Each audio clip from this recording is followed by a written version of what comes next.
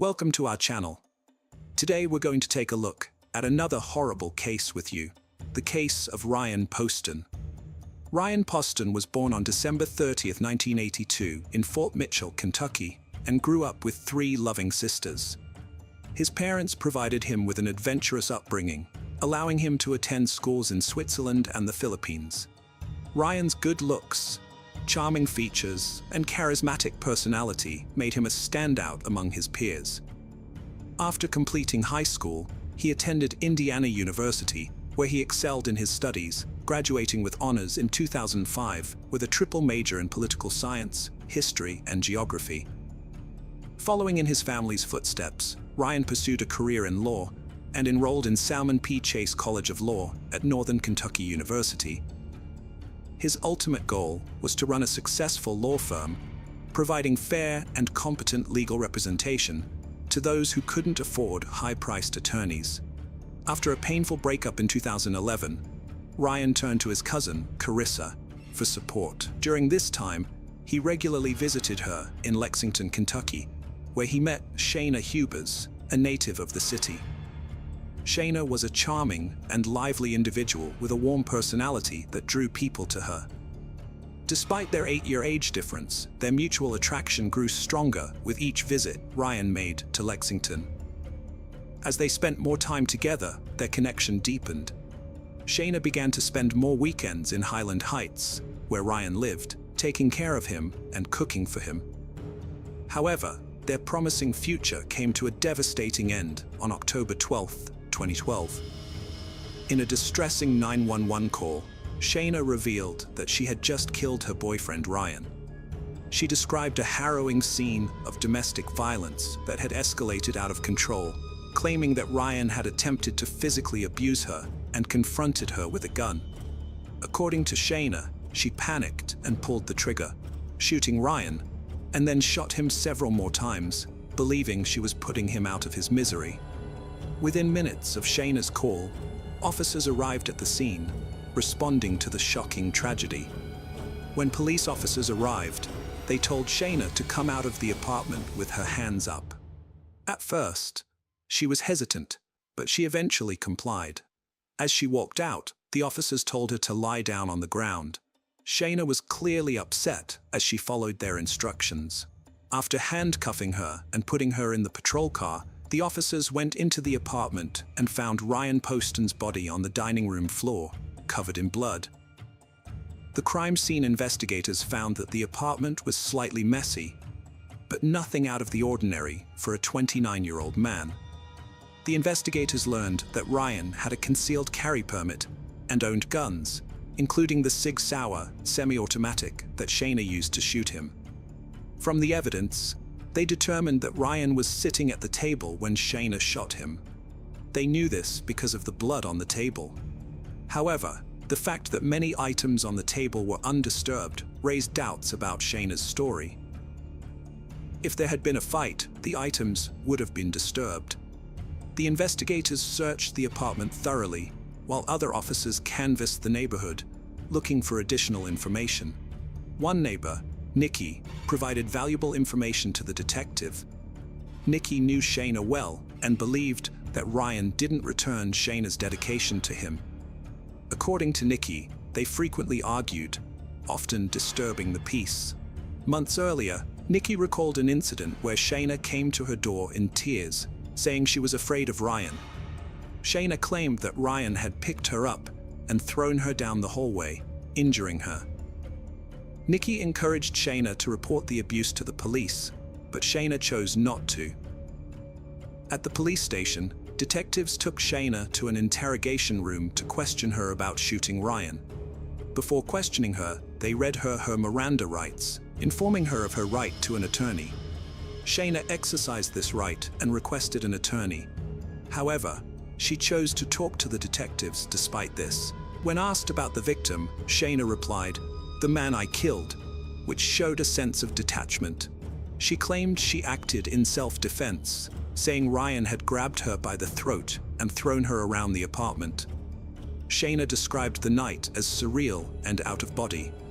Later in the interview, She added that Ryan had said mean things to her taunting her while holding a gun, and that he was under the influence of drugs.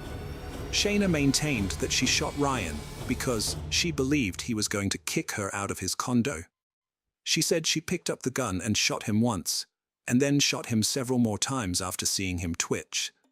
During her confession, Shayna revealed that Ryan was vain and wanted a nose job, so she shot him in the face to grant his wish. During the intense questioning, Shayna revealed her worries about her schoolwork and how having a dead boyfriend would affect her future relationships. She was specifically concerned that no one would want to marry her once they found out she had killed her boyfriend in self-defense. The detective listened to her statement, but ultimately arrested her and charged her with Ryan's murder.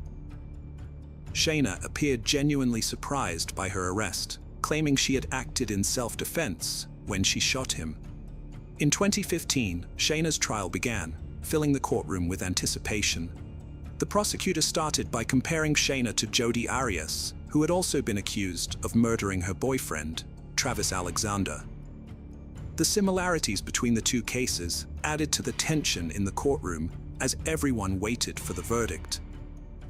The prosecutor believed that Shayna was obsessed with her ex-boyfriend Ryan, and that he was all she could think about. Ryan's friends testified that he wanted to end their relationship and was avoiding Shayna's calls and messages. Despite this, Shayna would often show up uninvited at Ryan's condo in Highland Heights. On the night Ryan was murdered, the prosecution presented evidence that he had a date planned with Audrey Bolt, a former beauty queen. The prosecution suggested that Shayna was motivated by jealousy and anger towards Ryan's new love interest. Audrey Bolt testified that Ryan stood her up on the night of the murder. She had no idea he had been shot and killed until later. The prosecution presented evidence that Ryan had told his father he wanted to break up with Shayna, and his father advised him to be kind to her to avoid a messy breakup. However, Ryan and Shayna exchanged texts on the day of the murder, with Ryan telling her he didn't want to see her. Despite this, Shayna showed up at his condo uninvited. The prosecution believed that during an argument, Ryan told Shayna he was done with her and that she could no longer control him. This allegedly enraged Shayna, who then picked up a gun and shot Ryan. The prosecution played a video of Shayna's police interrogation, which they claimed showed her to be a cold-blooded murderer. In the video, Shayna appears carefree and unemotional, which the prosecution argued was inconsistent with someone who had just killed in self-defense. However, this interpretation was open to interpretation by the jury. The defense argued that Ryan was acting erratically and violently on the night of the murder due to drugs he was taking, including anti-anxiety medication and amphetamines. The autopsy results showed that these drugs were present in Ryan's system. The defense claimed that Shayna shot Ryan in self-defense. The evidence suggested that the substances he was using influenced his actions. To support this idea, Shayna's lawyers called an expert in toxicology to testify on her behalf. The expert stated that a combination of anti-anxiety medications and amphetamines could cause someone to become violent and paranoid. The defense presented this expert testimony to create a reasonable explanation for Shayna's actions, questioning whether she had intentionally meant to harm anyone. During Shayna's trial in April 2015, the prosecution became worried that the jury might be swayed by Shayna's self-defense claim, particularly because she was smart, young, and attractive. These fears were alleviated on April 23rd when the jury delivered a guilty verdict, convicting Shayna of murdering her boyfriend, Ryan Poston. However, at the sentencing hearing in August 2015, Shayna continued to blame Ryan for his own death, which outraged his friends and family. Shayna claimed she was innocent throughout the trial and refused to take responsibility for her actions, despite the evidence against her. In Kentucky, defendants who are victims of domestic violence may be eligible for reduced parole after serving just 20% of their sentence. However, the judge didn't believe Shayna qualified for this reduced parole, citing that her crime was a premeditated murder. As a result, Shayna was sentenced to 40 years in prison, making her eligible for parole in 17 years, at the age of 41 in 2032. After her sentencing, Shayna appealed for a new trial, which was granted in August 2016. The reason for the appeal was that one of the jurors had a felony conviction, which they had concealed. This violated Kentucky law, as felons are not allowed to serve on juries. In August 2018, Shayna's second trial for Ryan Poston's murder began, 4 months later than expected. Her defense attorney presented opening arguments, stating that during her year-and-a-half relationship with Ryan, Shayna tried her best to make him happy. However, their relationship suffered as a result. The defense attorney claimed that on the night Shayna met Ryan, he was violent toward her, both physically and sexually. This incident had a lasting impact on Shayna, causing her to take several weeks to respond to his messages afterwards. Additionally, the defense team argued that Shayna had a history of trauma, stemming from a sexual assault she experienced in high school. This led to her struggles with alcohol abuse and promiscuity. They claimed that this traumatic experience contributed to her behavior on the night of Ryan's murder. The defense team's strategy was to present a sympathetic portrayal of Shayna, highlighting her troubled past and arguing that she was not responsible for her actions on the night of the murder. They aimed to challenge the prosecution's narrative and convince the jury that her behavior was driven by a combination of factors, including a history of abuse and a toxic relationship with Ryan. Shayna's defense team claimed that she was a victim of domestic violence by Ryan, rather than a cold-blooded killer. They argued that her actions were a result of years of abuse, not driven by revenge or financial gain.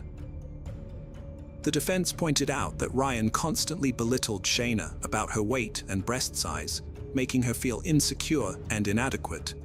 This, they said, contributed to her low self-esteem. The defense also stated that Shayna and Ryan's sexual relationship was troubled, marked by frequent arguments and frustration on both sides. They claimed that Ryan's desire for a more intimate connection was unfulfilled, leading to a growing rift between them. The defense presented evidence that Shayna had received a treatment to improve her romantic life. They claimed that she got this treatment to address sexual problems in their relationship and strengthen their bond. The defense argued that Ryan's consistent lack of interest and rejection made things worse, causing Shayna to become more and more frustrated and disconnected from him. The defense claimed that Ryan often broke up with Shayna, only to pursue relationships with other women. However, the prosecution clarified that they were not trying to portray Ryan as a perfect partner, but rather as someone who was not abusive. The prosecution argued that Shayna did not kill Ryan in self-defense, but rather because he had finally ended their toxic relationship on the night of the shooting. They believed Ryan had every reason to break up with Shayna, as she continued to harass him even after their previous breakups. Despite Ryan's efforts to end the relationship, Shayna consistently returned. The prosecution saw this as evidence of Shayna's inability to let go of the relationship. A friend of Ryan's testified that this breakup was different, as Ryan had never had the courage to end things with Shayna in person before, implying that this time, the breakup would be permanent. Ryan accused Shayna of trying to hold on to him. To support this claim, the prosecution presented texts where Shayna told her friends that the romantic interactions with Ryan had brought them closer. However, Shayna testified in her own defense, contradicting Ryan's claim. She said that their romantic interactions had actually driven them apart. In a separate text exchange, Shayna asked Ryan for sex, but he declined due to the side effects of his antidepressant medication, which had reduced his libido.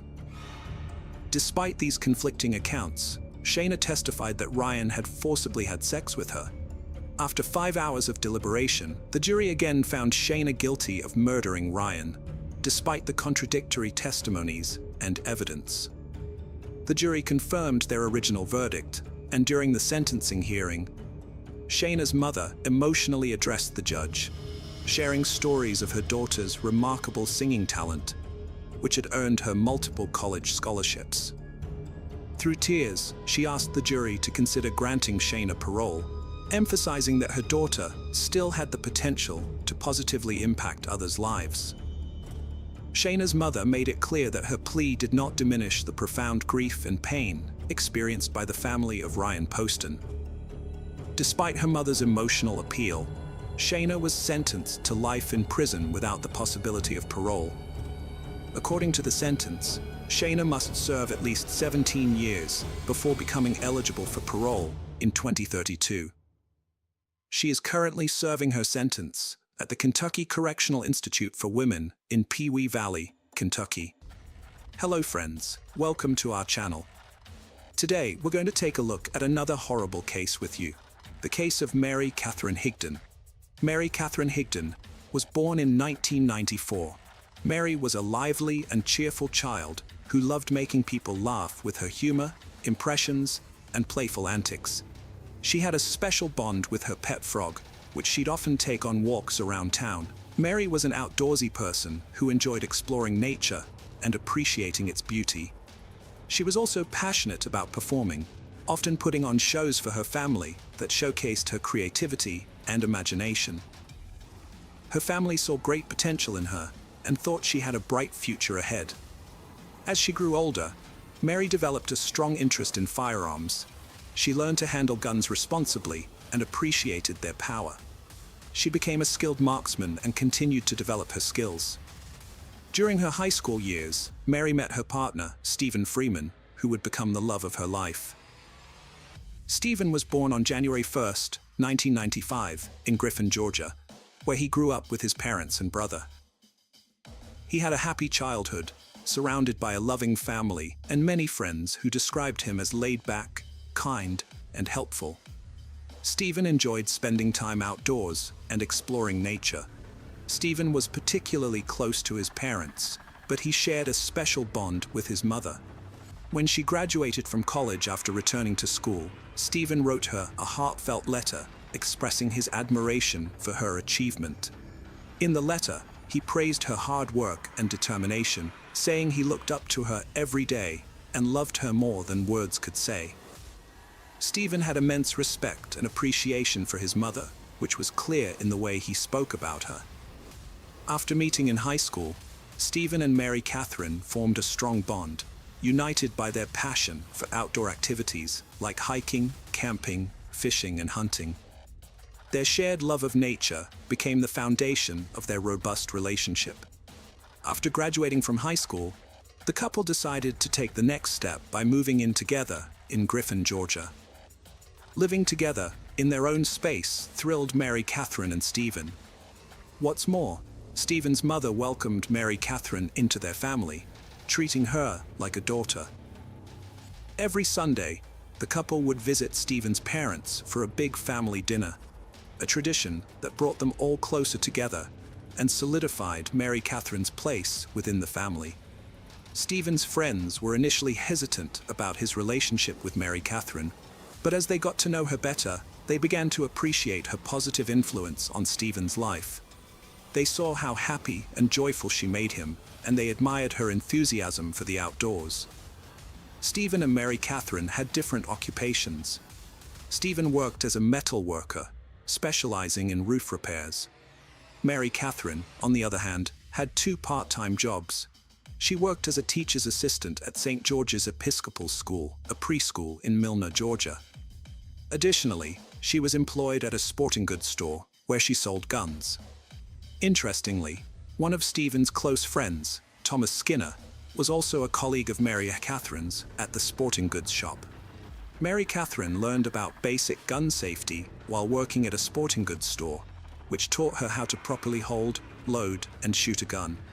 Similarly, Stephen was enthusiastic about firearms and owned several shotguns and rifles that he used for hunting and target practice.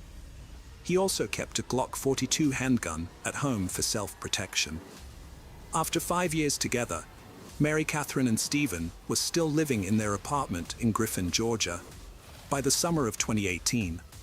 However, their relationship took a tragic turn on August 1st when Mary Catherine made a distressing 911 call, marking the end of their high school romance. Mary Catherine frantically called the dispatcher, screaming that she had accidentally just shot her boyfriend. The police quickly responded to the emergency call and arrived at the apartment shared by Mary Catherine and Stephen. They found Mary Catherine in a state of panic, crying and hyperventilating as she knelt beside Stephen's motionless body. She repeatedly wailed that she could not lose him, her voice filled with anguish and desperation. As the police carefully moved Mary Catherine away from Stephen, they were able to assess his condition. They discovered that he had been shot in the chest, but miraculously, he was still alive. The police immediately called for an ambulance to rush Stephen to the nearest hospital. At the emergency room, a team of skilled doctors worked to save Stephen's life. Despite their best efforts, his condition continued to worsen. Unfortunately, the severity of his injury ultimately proved fatal, and Stephen succumbed to his wounds. After Stephen was taken to the hospital, Mary Catherine accompanied the police to the station for a formal interview. Mary Catherine explained what happened on the night she accidentally shot Stephen. She said she was giving him the gun because he normally kept it beside his bed for safety. However, she clarified that they never loaded the chamber of their guns at home. During the police questioning, officers detected the smell of alcohol on Mary Catherine's breath. As they pressed her for more information, her story changed. Initially, she said she handed Stephen the gun, but later claimed she tossed it to him. The police were skeptical of her changing story, knowing that a gun wouldn't fire randomly just because it was tossed. Someone had to pull the trigger. The police investigation revealed that Mary Catherine must have been pointing the gun directly at Stephen's body for the bullet to have struck where it did, given the location of his gunshot wound. During her interview, Mary Catherine admitted, "I did it out of anger," but unfortunately, the recording equipment malfunctioned at that exact moment, and her words were inaudible. Despite the missing recording, the police still had strong evidence pointing to Mary Catherine's intention to harm Stephen. At the couple's apartment, they found signs of an intense argument, including scattered food throughout the house. Additionally, police records showed that officers had responded to 5 domestic disturbance calls at the couple's residence in the past year. The police also discovered that the gun used in the shooting was loaded on the night of the incident, contradicting Mary Catherine's claims. These findings collectively led the police to conclude that Mary Catherine had intentionally shot her boyfriend Stephen. The police found cooking grease residue on the gun and magazine, leading them to believe Mary Catherine, who was cooking dinner at the time, had loaded the weapon. After Mary Catherine shot Stephen, the police questioned his friends to learn more about their relationship. According to his friends, Mary Catherine and Stephen's relationship was marked by constant fighting and toxicity.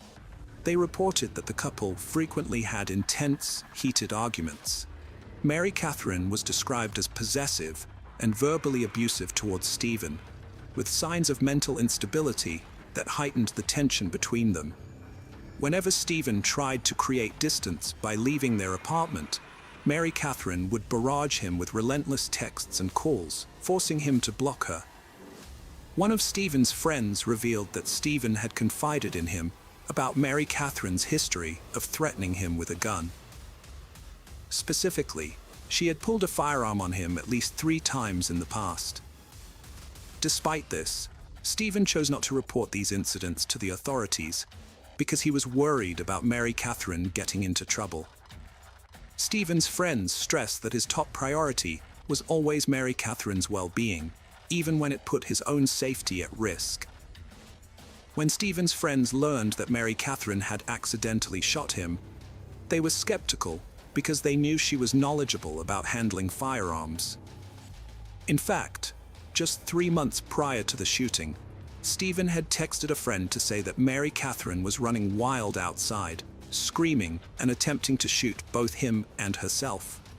Stephen told a friend that Mary Catherine had previously pointed a gun at him, but the latest time, her eyes frightened him, making him think she might actually pull the trigger.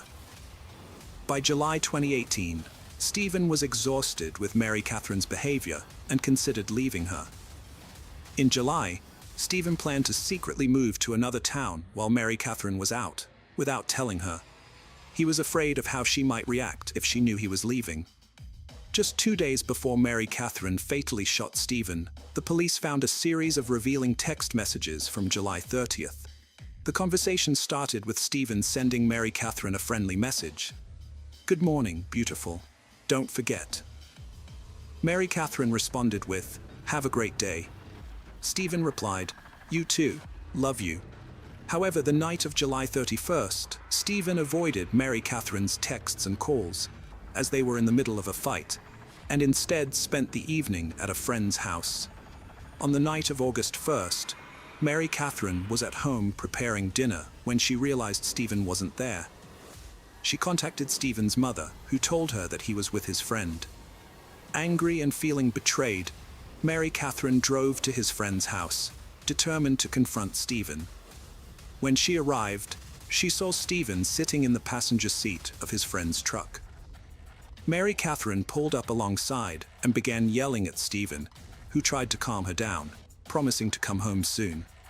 Although Stephen's friends claimed that Mary Catherine had pointed a gun at Stephen on multiple occasions, Mary Catherine vigorously denied these allegations. She maintained that she never pulled a gun on Stephen.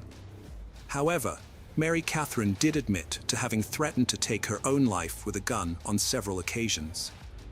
In a later interview, Stephen's mother shared her insight, believing that one of the main reasons Stephen stayed with Mary Catherine for so long was because she frequently threatened to harm herself. Stephen was afraid that Mary Catherine would follow through on her threats if he decided to leave her. However, on the night of the incident that led to Stephen's shooting, Mary Catherine claimed that Stephen was the one who became aggressive and violent. According to her, Stephen threw the dinner she had prepared in her face. Mary Catherine stated that she only picked up the gun to defend herself and scare Stephen away. She wanted him to leave the apartment, but Stephen allegedly lunged at her, which frightened her. As she backed away, the next thing she knew, Stephen was bleeding from the chest. At the time of the shooting, Mary Catherine didn't tell the police her version of events because she was embarrassed to admit that Stephen had a history of violence towards her. She claimed that Stephen had hit her in the past and was controlling.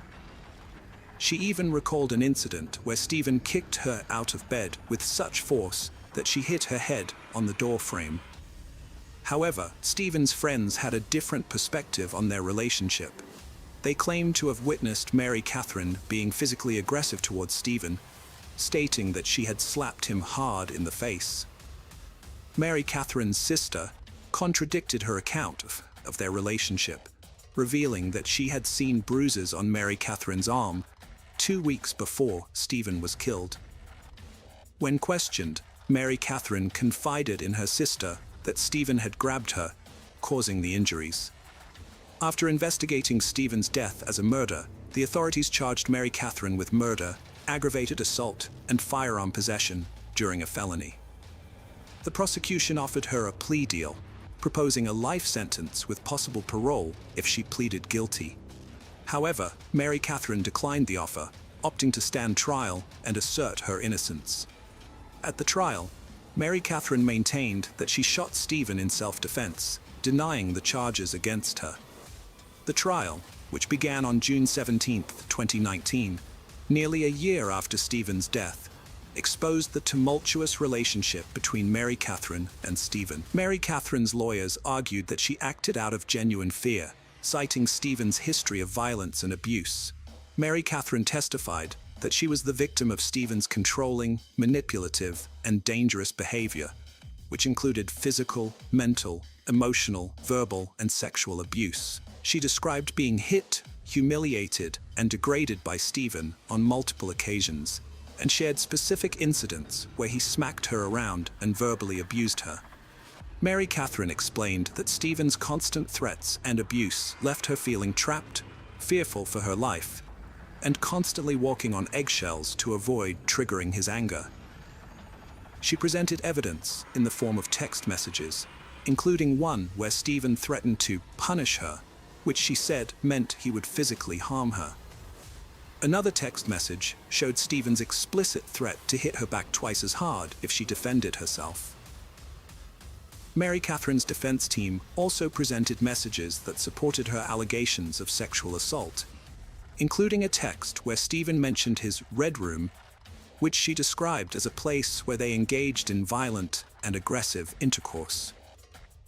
Mary Catherine testified that Stephen sexually assaulted her on 2 occasions, including one after they returned from a vacation to Walt Disney World, where he allegedly ignored her pleas to stop and intensified his efforts instead.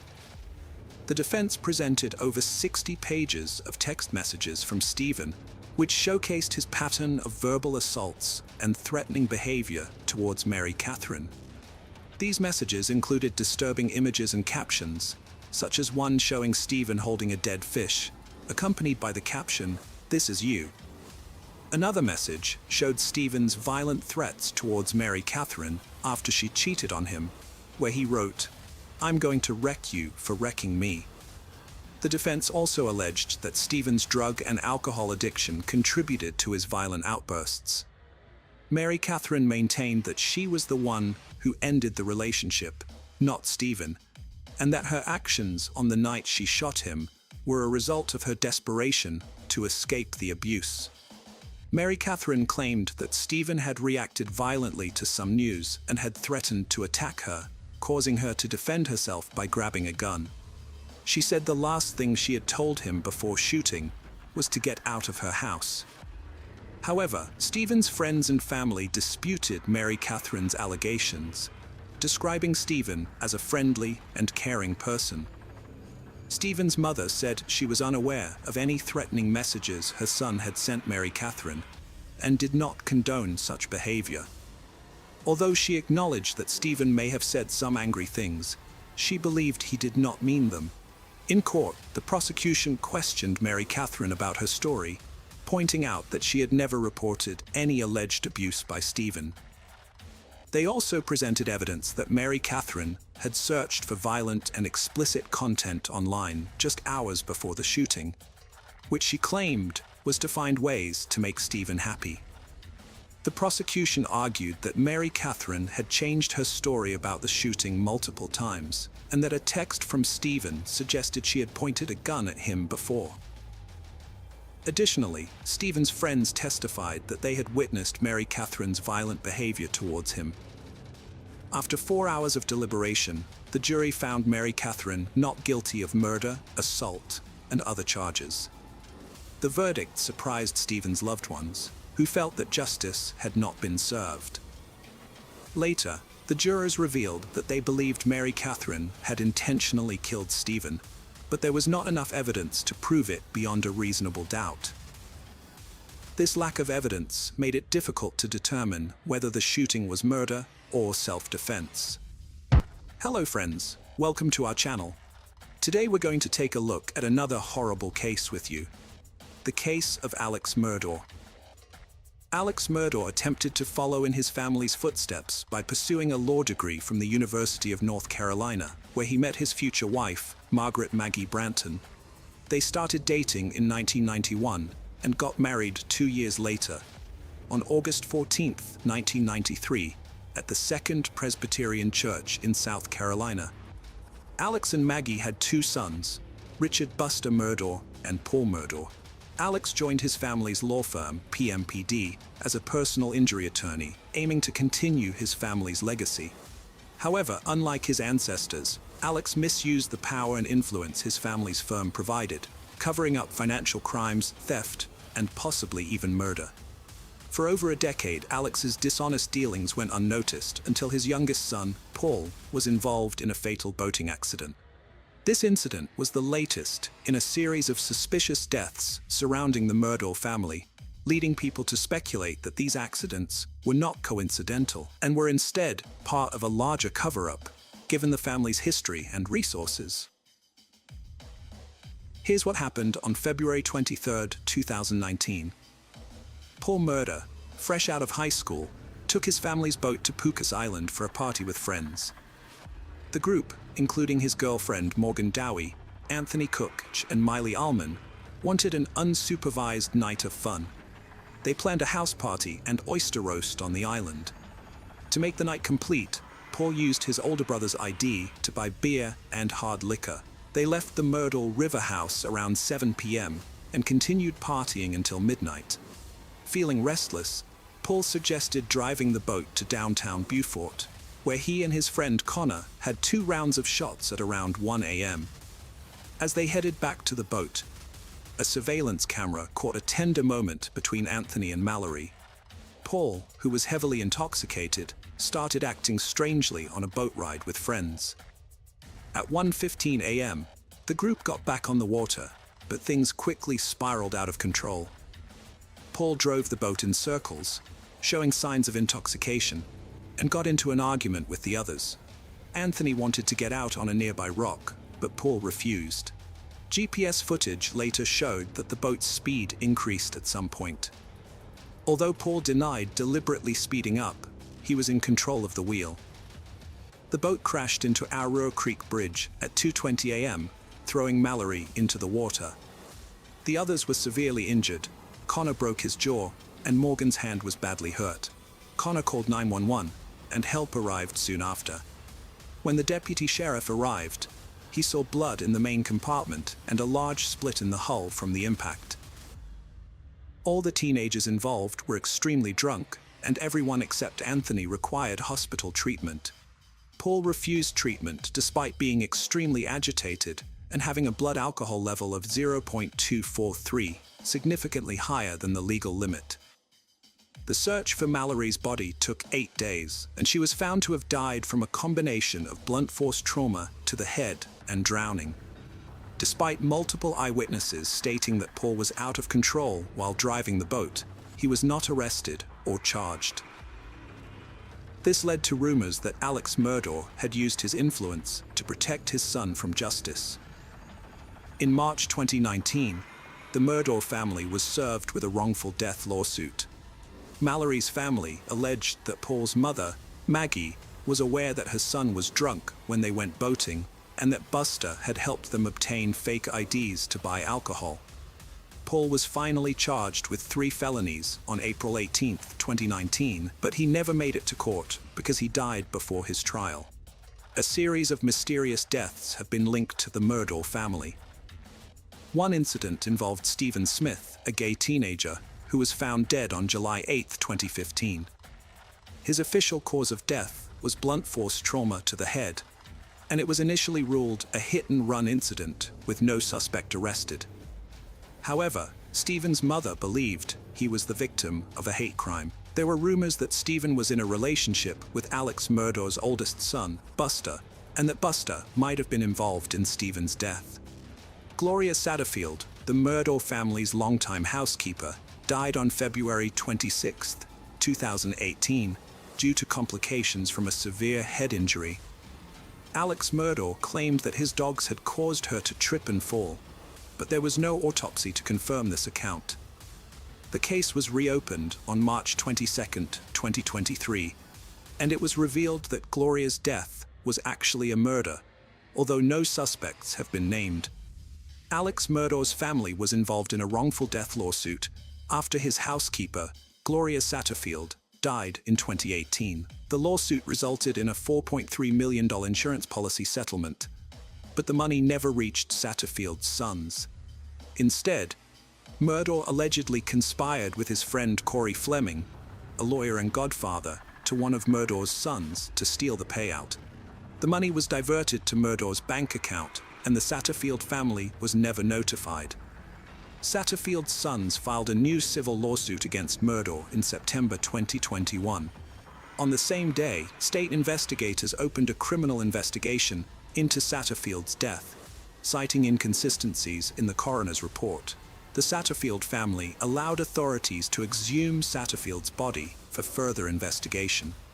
Meanwhile, Murdaugh was facing numerous financial and embezzlement charges. He was allegedly involved in a money laundering and painkiller ring with his distant cousin Curtis Smith, which lasted from 2013 to 2021. On September 4, 2021, Murdaugh orchestrated a scheme in which Smith shot him in an attempt to collect a $10 million life insurance policy. However, the bullet only caused superficial injuries, and Murdaugh was able to call 911 himself. Days later, Murdaugh confessed to the scheme and was charged with insurance fraud, conspiracy to commit insurance fraud, and filing a false police report. He surrendered himself and was taken into custody. 2 days later, he announced his resignation from his family's law firm and entered rehab. However, it was soon revealed that Murdaugh had misappropriated $792,000 from his law firm. His law license was indefinitely suspended in September 2021. Investigators continued to uncover numerous financial crimes, tax evasions, and embezzlements committed by Murdaugh. After leaving rehab, Murdaugh was arrested again and charged with 2 felony counts of obtaining property by false pretenses. He was denied bond and later indicted on 27 counts of financial misconduct, accused of stealing money from clients, lawyers, and the Satterfield family. Alex Murdaugh faced additional charges on December 9, 2021, with 21 new counts added to the existing 27, bringing the total to 48. The charges included forgery, money laundering, computer crimes, breach of trust, and obtaining signature or property by false pretenses. It was estimated that Murdaugh had stolen over $6.2 million from his victims. The state's investigation into his business dealings took months, with new charges emerging almost daily. By June 2022, the charges against him had risen to 81, and by the time he was formally disbarred on July 13, 2022, he faced 84 criminal charges and 11 lawsuits. One of the victims' mothers filed a legal claim against the estates of Margaret and Paul Murdaugh, raising questions about the character of the once prominent attorney. Could he be hiding something even more sinister, such as the murder of his wife and son? What could have been his motive? The South Carolina Law Enforcement Division, SLAD, revisited the double murder case, considering new information gathered during the investigation into Murdaugh's financial crimes. They discovered that Alex and Maggie Murdaugh's marriage was troubled, and Maggie was living apart from her husband at their beach home on Edisto Island. Maggie's sister, Marion Proctor, told law enforcement that Maggie had not planned to see Alex on the night of the murders. Alex had asked Maggie to meet him at the family's hunting lodge, where she and her younger son were later found shot dead near the dog kennels. Alex claimed to have taken a long nap before leaving to visit his ailing mother, who suffered from dementia. He stated that he was away for 45 minutes to an hour and a half and found his wife and son dead upon his return. However, law enforcement suspected that Alex's timeline was questionable and lacked a clear motive for the murders. The investigation revealed that weeks before the murder, the state grand jury had subpoenaed Alex Murdaugh's finances, which threatened to expose his financial wrongdoings. Additionally, his law firm had discovered his misappropriation of company funds, and he was confronted about it on June 7, 2021, the day of the murder. State authorities believed that the financial pressure had pushed Alex to hatch a plan to divert attention from his crimes and garner sympathy in the public eye. 13 months after the fatal shooting, Alex Murdaugh was charged with the murders of his wife and son. The prosecutor alleged that Murdaugh had shot and killed his wife and son at close range with a shotgun and an AR-style rifle. The murder weapons were never found. Murdaugh's defense team argued that 2 shooters were involved due to the different weapons used. Expert witness testimony suggested that the shooter was likely between 5'2" and 5'4" tall, which ruled out Alex Murdaugh as a suspect due to his 6'4" height. However, under cross-examination, the expert admitted that there were other possible explanations for the bullet trajectory beyond the shooter's height. The investigation revealed that Maggie was shot with 300 blackout ammunition from an AR-style rifle, and a box of this ammo was found at the Murdaugh family estate. Prosecutors argued that Alex killed his wife and son to gain sympathy and avoid accountability for his financial crimes. Alex's lawyers countered that this didn't make sense, as it would only shift attention to himself and put him in the spotlight of a murder investigation. Alex was a person of interest from the start of the investigation, but his lawyer claimed he had an ironclad alibi for the night of the murders and no motive to kill his family. Prosecutors presented 2 videos taken on the night of the murder, which appeared to show Alex wearing different shirts. The Snapchat video taken from Paul's phone showed Alex wearing a blue shirt, while the body cam footage showed him wearing a different shirt. Investigators couldn't find the blue shirt, and prosecutors suggested Alex tried to influence a key witness's account of what he was wearing. Cell phone data and testimony from Alex's mother's caregiver confirmed that Alex was only at his mother's home for 15 to 20 minutes, contradicting his claim of staying for 45 minutes to an hour and a half. The most crucial piece of evidence was a video found on Paul's phone, recorded at 8:44 p.m., just minutes before the murders. The video featured the voices of Paul, Maggie, and Alex, placing Alex at the scene of the crime. This contradicted his previous alibi and confirmed his presence at the dog kennels where the murders occurred. Alex testified that he didn't shoot his wife or son, but admitted to lying about his alibi. Alex Murdaugh changed his story, claiming that his opioid addiction and resulting paranoia led him to lie to law enforcement. However, prosecutors argued that Murdaugh fabricated this excuse after murdering his wife and son. They believed he used his wife's phone to create an alibi by making calls and sending texts, including "Call me, babe," at 9:47 p.m. Phone data showed that Murdaugh's and his wife's phones locked simultaneously, and Alex's phone recorded a sudden increase in steps around the time of the murder. Prosecutors suggested this was evidence of him trying to hide or dispose of evidence, but his lawyers disputed this, pointing out that the step patterns on Alex's phone did not match his wife's. The decisive evidence came from a video recorded at the dog kennels.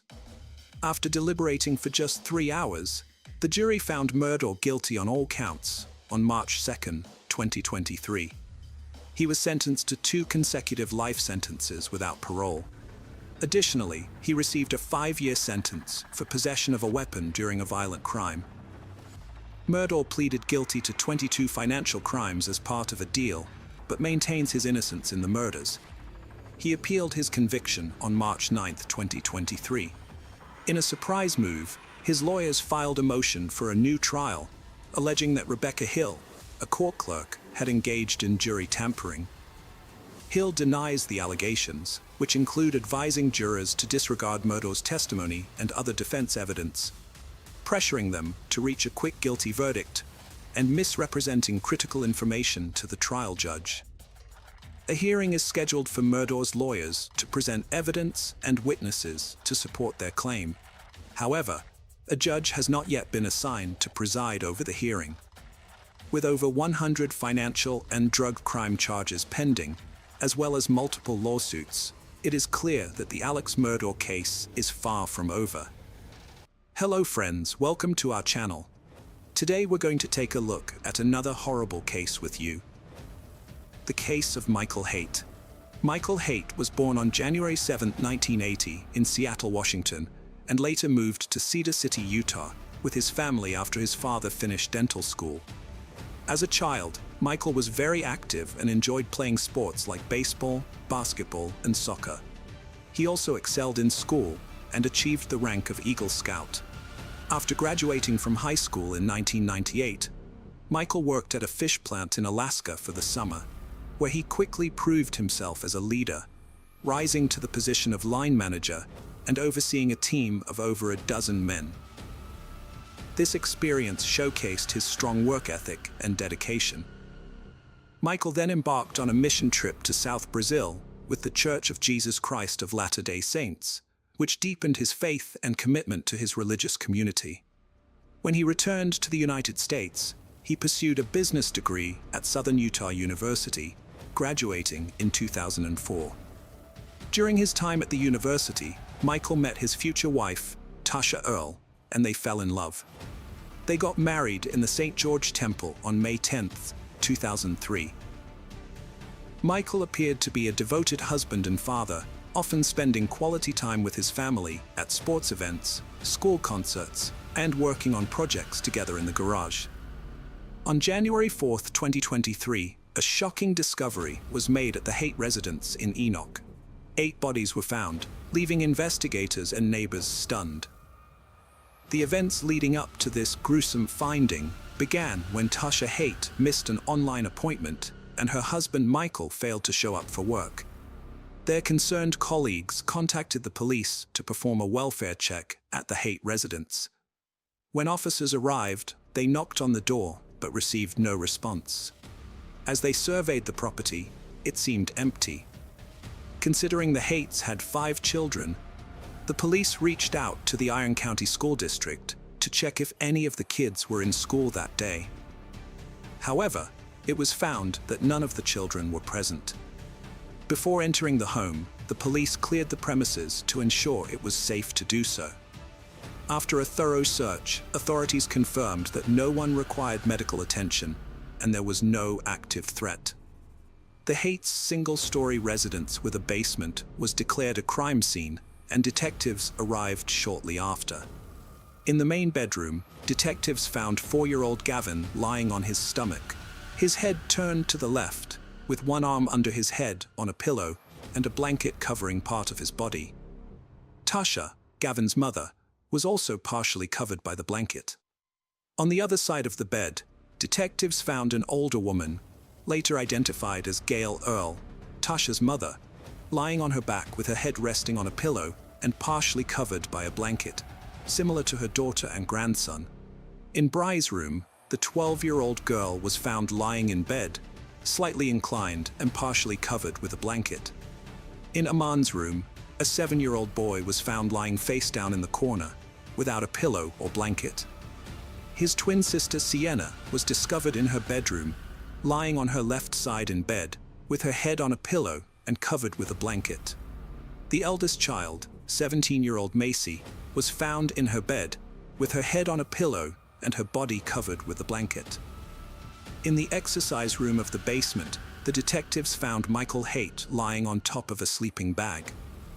Sadly, all 8 family members were found dead from gunshot wounds. It quickly became clear to the detectives that Michael Haight was the main suspect, and they believed he had killed his wife, mother-in-law, and 5 children before taking his own life. When detectives started investigating, a neighbor provided vital information that helped them reconstruct the crime's timeline. The neighbor told police she woke up at 3:30 a.m. to use the bathroom, and as she left her room, heard a loud bang that sounded like fireworks. However, realizing it was after the allowed date for fireworks in the neighborhood, she felt annoyed rather than alarmed by the noise. The neighbor reported hearing an initial loud bang, followed by 2 more in quick succession. Then a short pause, another bang, and a longer pause before the final bang. Based on this testimony and the condition of the 8 bodies found inside the house, the detective inferred that the loud noises heard around 3:30 a.m. were directly connected to the events that unfolded that night, leading them to believe that Michael Haight committed the brutal killings during this time frame. During the investigation into the Haight family murders, detectives discovered a 2020 report from an unnamed individual who had notified the Utah Division of Child and Family Services about abuse in the Haight household. According to the report, 14-year-old Macy had confided in this individual about her fear of her father, sparking a further investigation. The authorities then interviewed Macy and her parents separately. During Macy's interview, she revealed disturbing information. Her father had choked her on multiple occasions, and she lived in fear of being killed by him. She reported that the violent attacks began in 2017, and recounted an incident where her father grabbed her by the shoulders and pushed her into a wooden piece of furniture. Michael Haight denied hurting his daughter when questioned by detectives, passing off the incidents as misunderstandings and attributing his emotional state to his father's recent death and his brother's divorce. He claimed to have taken out his frustrations on his older daughter. Despite this, Tasha chose not to press charges, and the Utah Department of Children and Family Services, the Enoch Police Department, and the Iron County Prosecutor's Office also declined to pursue the case, as it did not meet the legal requirements for prosecution. A lethality assessment was conducted with Tasha, which indicated that her relationship with Michael was not life-threatening. As a result, victim services were made available to Tasha and her children for several months. Further investigation revealed a different side of Michael, unknown to the community. According to Tasha's friends, they had to speak quietly or turn on the kitchen water when visiting Tasha, as they suspected Michael was monitoring and eavesdropping on their conversations. Tasha's friends would often help her clean the house when they visited, which prevented Michael from finding fault with her. When texting Tasha, her friends noticed that she would respond with brief, positive messages, likely to maintain a positive image in case Michael read them. This suggested that everything was fine in their marriage. The detectives investigating the case discovered that Michael exhibited highly controlling behavior towards Tasha. For instance, he would take away her car keys and phone to restrict her freedom.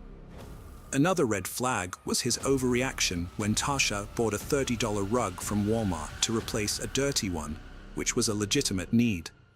Michael's anger was unwarranted, and he claimed the purchase was excessive. Tasha confided in her friends that her 7-year-old son, Aman, was increasingly imitating Michael's bad behavior. When Tasha gave Aman instructions, he would respond, "That's not my job," which concerned Tasha as it showed his lack of responsibility and disregard for authority.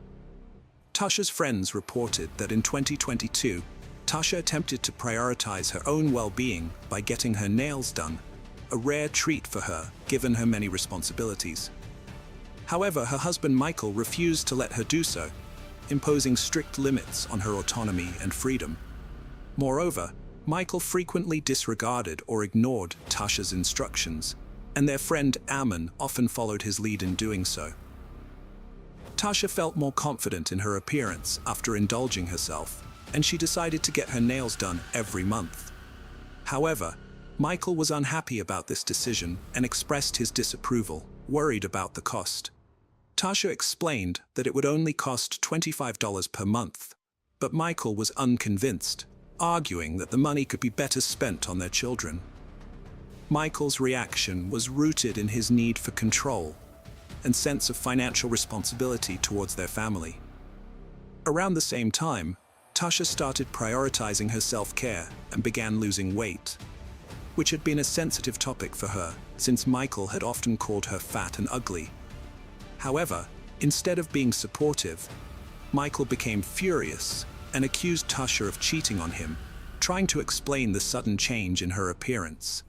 Michael's controlling behavior escalated as he tried to manipulate Tasha's weight loss, pleading with her to stop losing weight because he was worried that other men might find her attractive. This demand was driven by his own insecurities and desire for complete control over Tasha's body and behavior. Tasha's friends also told the police about an incident where the kitchen table broke and Tasha needed to buy a new one. However, Michael refused to give her the money, further demonstrating his controlling behavior. Tasha was fed up with the old table and decided to take initiative by refinishing it to make it look better and more functional. However, Michael was unhappy with her decision because she didn't ask for his permission first. Michael was extremely frugal during the holiday season, despite earning a good income. He only gave Tasha $100 for each of their 5 children to buy presents, which was not enough in Tasha's opinion. Tasha always made sure her children had a wonderful Christmas, But Michael refused to provide more funds, claiming that he worked hard for his money and saw no reason to give more to his family. He believed that his income was rightfully his alone. Michael's passion for reducing waste and conserving resources led him to implement strict rules on household habits. He forced Tasha to wash and reuse plastic bags, even if they had been used only once or multiple times. This excessive demand for reusing bags added to Tasha's responsibilities, leaving her feeling burdened and overwhelmed. Michael's controlling behavior extended to every aspect of Tasha's life, including her daily routines. For instance, he demanded that she use baby wipes for cleaning, claiming it was better for the environment and more cost-effective. However, this requirement caused Tasha discomfort, hygiene issues, and unnecessary stress. If Tasha failed to follow Michael's instructions, she would face severe consequences, which he made clear would lead to serious trouble. This threat instilled fear and submission in Tasha, leaving her no choice but to obey Michael's demands. Tasha confided in her friends that while Michael had been cruel to her throughout their marriage, he had never directed this cruelty towards their children until the late 2010s. However, over time, the abuse towards their daughter Macy escalated, driving her to consider suicide. Michael had unrealistically high expectations for his daughter Macy, demanding she earn perfect grades despite her struggles, which were exacerbated by the emotional burden of his abusive behavior. This pressure was crushing for Macy. Macy's friends shared a disturbing incident with the detective. One evening, Michael returned home to find Macy comforted by her mother. He became enraged and ordered Macy to clean her room. This event left Macy deeply disturbed, remembering the hatred and evil she saw in her father's eyes. The detectives also discovered an incident where 7-year-old Briley disobeyed Michael while playing with a changing table. Michael responded by blaming his wife Tasha for their children's behavior, calling them the worst and most disrespectful in the world. He then humiliated Tasha, calling her fat and ugly in front of their 5 children. This painful incident prompted Tasha to plan her escape and file for divorce after 20 years of marriage. Tasha realized she had to leave her husband Michael after witnessing his abusive behavior and lack of self-control.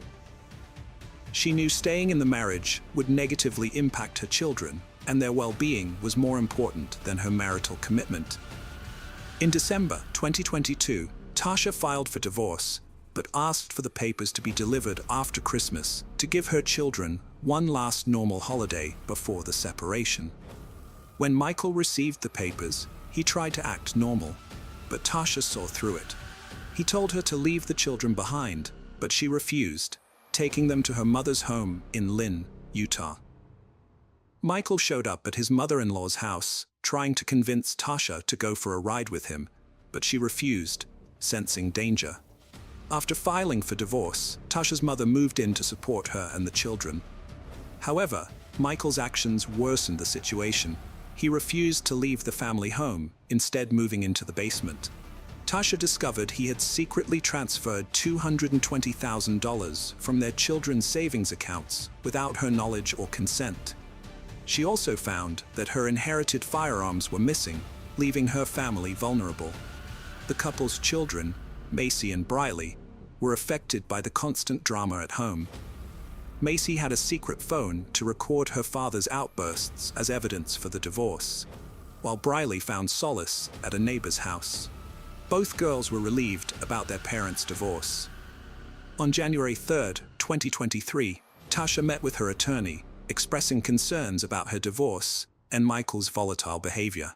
Although she had relocated him to the basement, the attorneys pressed her about feeling safe. Tasha reassured them she never feared for her or her children's well-being, but in hindsight, her optimism was tragically misplaced. A disturbing discovery emerged from the digital evidence found on the family's computers and cell phones. Just days before the tragic shooting, Michael made a series of concerning Google searches on December 30th at 10:41 p.m. These searches focused on firearms and shooting-related topics, revealing his sinister intentions. The search results showed Michael had asked alarming questions, such as the loudness of a 9mm gunshot and what a gunshot sounds like. Before taking his own life, Michael wrote a note expressing his desire to end the controlling behavior he felt he was subjected to by his wife. He stated that he couldn't handle the situation for another day and wanted to escape the manipulation. Michael's note conveyed deep frustration and desperation, as he repeatedly asked for help but felt ignored. He emphasized his determination not to be a burden to society. The details of this case have left many in shock, revealing a deeply dysfunctional family plagued by violence. Michael's actions were premeditated and calculated, as he carefully planned the murders to catch his wife and children off guard. Hello friends, welcome to our channel. Today we're going to take a look at another horrible case with you. The case of Brooke Skylar Richardson. In Ohio, the Richardson family, consisting of Kim, Scott, and their children, Jackson and Skylar, seemed like a typical family. Skylar was a cheerleader who struggled with an eating disorder from a young age. Her mother Kim first noticed this when Skylar was 12 years old and refused to buy gum with more than 5 calories. As a flyer on the cheerleading squad, Skylar felt pressured to maintain a certain weight. This obsession with her body image led to a constant fear of gaining weight. During cheerleading season, Skylar started throwing up after meals to control her weight, which only made her issues worse. When the season ended, her struggles intensified. Skylar experienced episodes of binge eating, followed by periods of starvation or extreme dieting. Her parents grew concerned, but Skylar shut down whenever they tried to talk to her about it. They sought professional help from various doctors and therapists, who eventually diagnosed Skylar with body dysmorphia, a condition where she obsessively focused on a perceived flaw in her appearance. In July 2016, Skylar began dating a friend's cousin, but the relationship didn't last long. By January 2017, she had moved on to a new boyfriend, Brandon, and seemed genuinely happy and healthy. Her parents noticed her weight gain and thought her eating disorder was under control. In February, Skylar picked out her prom dress, a tightly fitted gown that required her to be laced into it. During a family vacation in mid-March, she wore a 2-piece bathing suit and looked wonderful. Her mom, Kim, wanted her to start taking birth control pills to protect her health. In mid-April 2017, Skylar visited her mother's gynecologist to obtain a prescription for birth control. However, during the visit, the doctor informed Skylar that she was approximately 8 months pregnant. Skylar requested the doctor not to tell anyone, and her mother remained unaware of the real reason behind her tears. Skylar and her boyfriend Brandon attended the prom on May 5th, despite her advanced pregnancy. 2 months later, on July 14, 2017, the police showed up at the Richardson home. They informed Skylar's parents, Kim and Scott, that they needed to speak to the teenager about something she may have witnessed. The police officers assured the parents that Skylar was not in trouble and took her at their word. Scott decided to drive Skylar to the police station, unsure of what awaited them. The police wanted to question Skylar regarding a call they received from a gynecologist's office. A patient of an OB/GYN doctor gave birth to a stillborn baby and buried it in their backyard. The police were informed and took Skylar, the patient, into custody for questioning. Her father was not allowed to be present during the initial interview. The police read Skylar her rights and shared the details of the doctor's report. According to the doctor, Skylar had discovered her pregnancy on April 26th, but later reported that the baby was not alive and had been buried in the backyard. Skylar admitted to the police that she had given birth to a stillborn baby girl on May 7th, 2017. She explained that she delivered the baby in the bathroom, noticed it was not breathing, and had no heartbeat. Feeling the need to bury the baby, she retreated to the backyard, dug a shallow grave, and buried the body. To mark the spot, she placed a vase with a flower at the burial site. The police informed Skylar's parents, Kim and Scott, about the true reason for her detention. They were shocked to learn that Skylar had been pregnant, as they had no idea.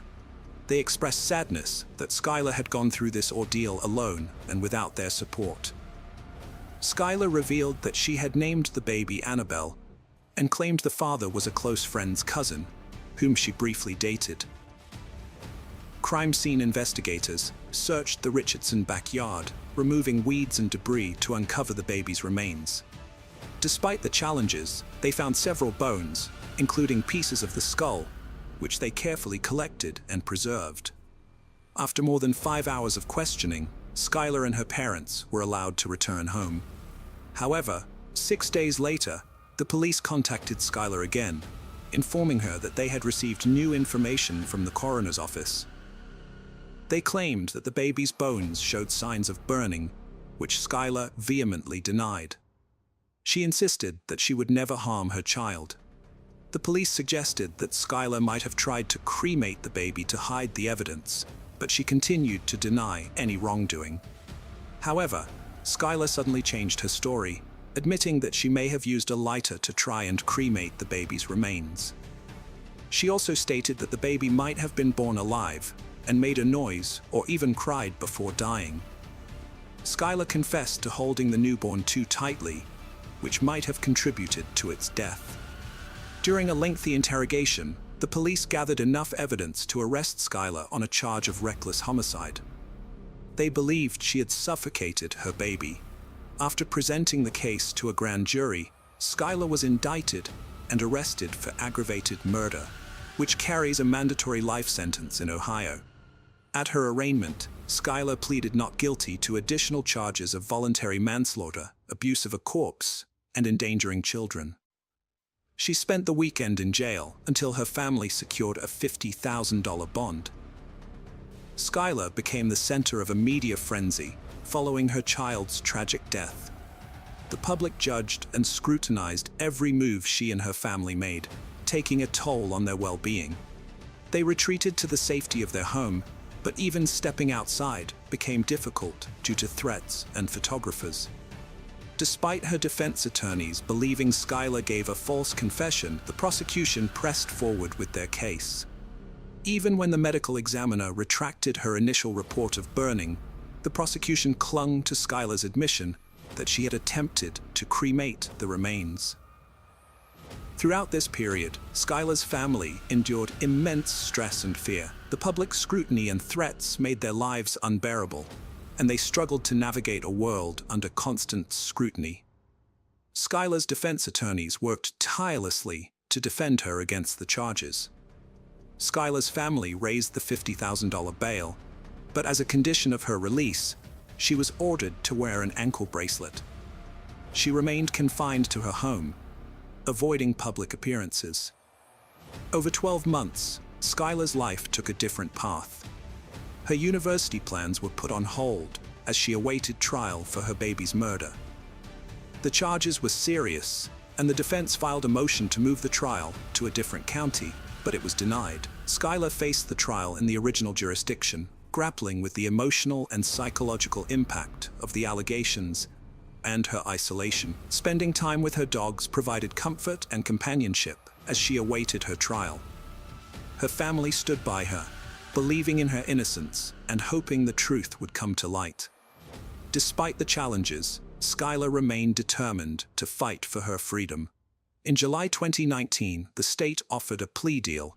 If Skylar pleaded guilty to the remaining charges, they would withdraw the aggravated murder charge.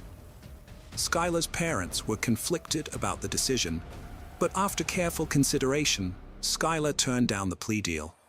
This decision terrified her parents, who wondered if she made the right choice, but they knew it was her decision, not theirs. Skylar went on trial on September 3, 2019, for the murder of her newborn baby girl. The prosecution presented as evidence a text message Skylar sent to her mother shortly after giving birth, saying she was happy and excited that her belly had returned to its normal size. They claimed this showed Skylar was relieved to be rid of her baby. The prosecution alleged that Skylar sent more texts to her mother and boyfriend within 24 hours of the baby's death, conveying her excitement and happiness. They pointed to phrases like, "I'm so excited," and I feel so much better this morning, as proof of her guilt. The state believed Skylar was thrilled about the baby's death and attempted to hide her guilt. The prosecution also claimed Skylar had no intention of keeping her baby and presented evidence that she had searched online for ways to get rid of the baby. They alleged that Skylar's mother had threatened that her life would end if she became pregnant, which instilled fear in Skylar.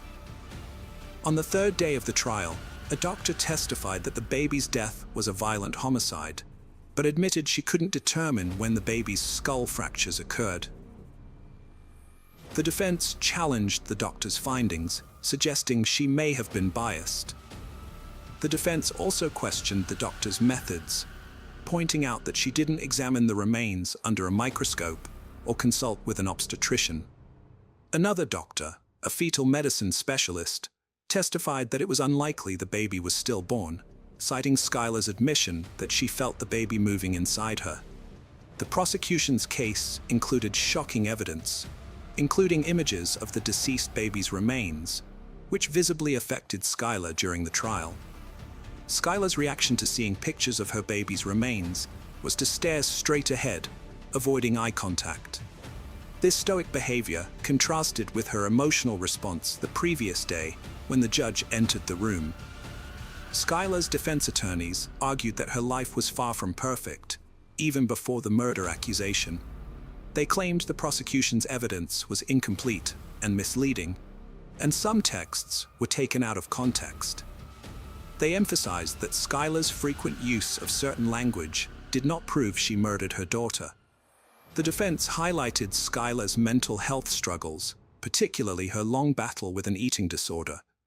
They presented evidence of her regular visits to a psychologist and nutritionist, along with pictures showing her varying weights and appearances. They argued that despite her physical state, Skylar tried to comfort and care for the lifeless body after giving birth. Skylar's attorney explained that she intended to tell her family about the pregnancy, but never had the chance. According to her doctor, she had 8 to 10 weeks before delivery and planned to attend prom and graduate before telling her mother, whom she knew would be unsupportive. An obstetrician testified that the baby was stillborn, and Skylar's description of the baby's appearance suggested it was not a healthy newborn. The doctor pointed out that Skylar only gained 15 pounds during pregnancy, possibly restricting the baby's development due to her eating disorder. The defense aimed to cast doubt on Skylar's statements to the police, suggesting she only told them what they wanted to hear. They argued that other factors may have contributed to the baby's death, and Skylar did not harm the baby. Skylar Richardson's trial lasted for 1 week, after which the jury deliberated for just 4 hours before returning a verdict. She was acquitted of aggravated murder, involuntary manslaughter, and child endangerment, but convicted of abuse of a corpse, a felony that carries a sentence of up to 1 year in prison. The judge ordered her to be held in jail until her sentencing hearing, which took place the next day. During the sentencing hearing, Skylar apologized for her actions and acknowledged the harm she had caused. The judge strongly admonished her for her role in the tragic loss of her baby, believing that if she had made better decisions during her pregnancy, her child would still be alive today. The judge sentenced her to 3 years probation for abuse of a corpse, emphasizing that her actions were morally reprehensible and illegal. In November 2020, a judge granted her request to terminate her probation 2 years early, acknowledging her progress and agreeing that she no longer required supervision. Since being acquitted, Skylar has taken advantage of her opportunity to demonstrate her rehabilitation. She has completed 2 semesters of college and has been working part-time at the law firm that represented her. Although she has faced challenges in finding employment due to her probationary status, Skylar remains determined to pursue her career goals, including attending law school and becoming a public defender. Hello friends, welcome to our channel. Today we're going to take a look at another horrible case with you, the case of Sierra Dugan.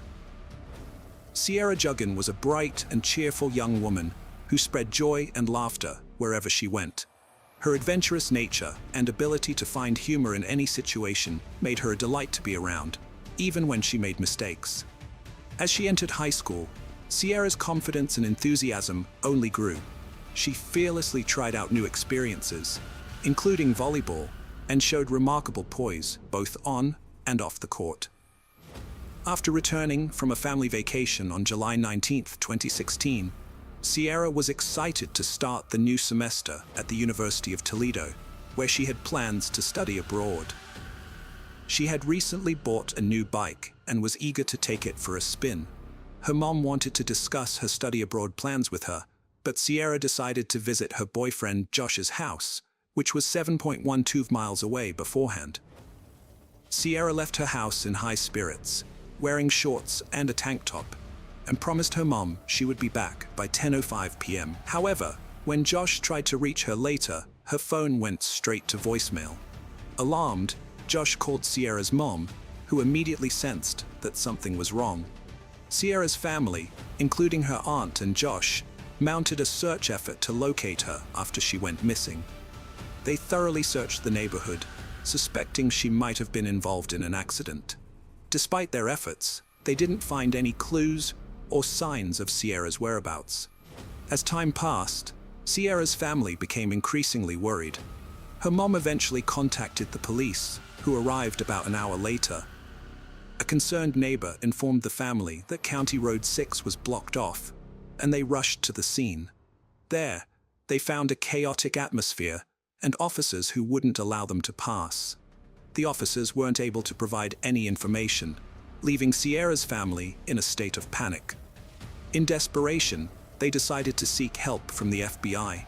As the night wore on, Sierra's family was left to wonder what had happened to their daughter, unable to rest due to their growing concern. The next day, Sierra's mom and aunt started searching for her by calling hospitals, looking for any unidentified females. Although they didn't find anything, they got a promising lead from Detroit, Michigan. A young woman who looked a lot like Sierra was in the hospital after escaping from a moving vehicle with serious injuries. To confirm her identity, a nurse asked Sierra's family to describe any distinctive marks on her body. Sierra's mom mentioned a scar on her calf and her pierced belly button. The woman in the hospital seemed to match Sierra's description, giving the family hope that they had finally found her. However, their hopes were soon dashed when they discovered that the woman in the hospital was not Sierra after all. The family was devastated to learn that the person found wasn't Sierra, as they had pinned their hopes on it being her. Later that morning, police officers came to Sierra's house to update them on the previous night's events. One of the officers had discovered a disturbed cornfield near the area while parking his car. He noticed signs of a struggle inside the cornfield and found a motorcycle track. To avoid contaminating potential evidence, he retreated without touching anything. As he retreated, he caught a glimpse of something shiny that turned out to be Sierra's purple bike. Further investigation revealed several items at the scene, including male and female sunglasses, a bloody sock, and a screwdriver. Based on these findings, the police believed that Sierra had likely been abducted from that location. Detectives investigating Sierra's disappearance interviewed her friends and family to learn more about her boyfriend, Josh. They found out that Sierra and Josh had been close friends since childhood, starting from when they were just 7 years old. As they grew older, their friendship turned into a romantic relationship in their first year of high school, and they became known for being a happy and adventurous couple. Skiing was one of their shared hobbies, and they would often go skiing together. After high school, Sierra went to the University of Toledo, while Josh attended Bowling Green. Despite the physical distance between them, they remained committed to each other and would often talk about getting married someday. However, Sierra wanted to focus on her education before settling down, showing how dedicated she was to her studies. Despite the challenges of being apart, their relationship remained strong and serious. On July 19th, Detectives learned that Sierra had visited Josh's house in the early afternoon. She left his house around 6:30 p.m. to return home, and Josh, concerned for her safety, accompanied her on his motorcycle for part of the way. However, after a few miles, Sierra insisted that Josh turn around and let her ride her bike the rest of the way home alone. Josh reluctantly agreed, and they parted ways. Josh headed back on his motorcycle, while Sierra continued riding her bike. During the investigation into Sierra's disappearance, detectives found motorcycle tracks in the cornstalks near Sierra's bike. This discovery raised a key question: did these tracks come from Josh's motorcycle? The detectives couldn't ignore this potential connection and began investigating further to see if they could link Josh to the scene of Sierra's disappearance. They set up a command post to gather and analyze any relevant clues. A promising lead emerged quickly. A local resident came forward, saying he had found a motorcycle helmet on the side of the road on July 14th while driving. He picked it up and stored it in his truck. After learning about Sierra's disappearance, he examined the helmet more closely and discovered red stains that appeared to be blood. The helmet was found in the same general area where Sierra's bike was discovered in the cornfield. The detectives asked Josh about his motorcycle helmet, and to their relief, he produced it, confirming he had it with him. They also verified his alibi by speaking with his parents, like ruling him out as a suspect. Although visibly shaken, Sierra's family never considered Josh responsible for her disappearance. The detectives were determined to identify the owner of the blood-stained helmet, recognizing the significance of DNA evidence. They sent the helmet to the crime lab for testing, anticipating a potential breakthrough. The detectives waited patiently for the results, hoping it would lead them closer to solving the case. The news of Sierra's disappearance spread quickly throughout the town, prompting the community to come together to search for her. Citizens joined forces, organizing search parties that scoured every possible area, searching for any clue that could lead to her whereabouts. As the townspeople worked tirelessly to bring Sierra home safely, they felt a strong sense of unity. To show their support, the community organized a candlelight vigil at the local high school.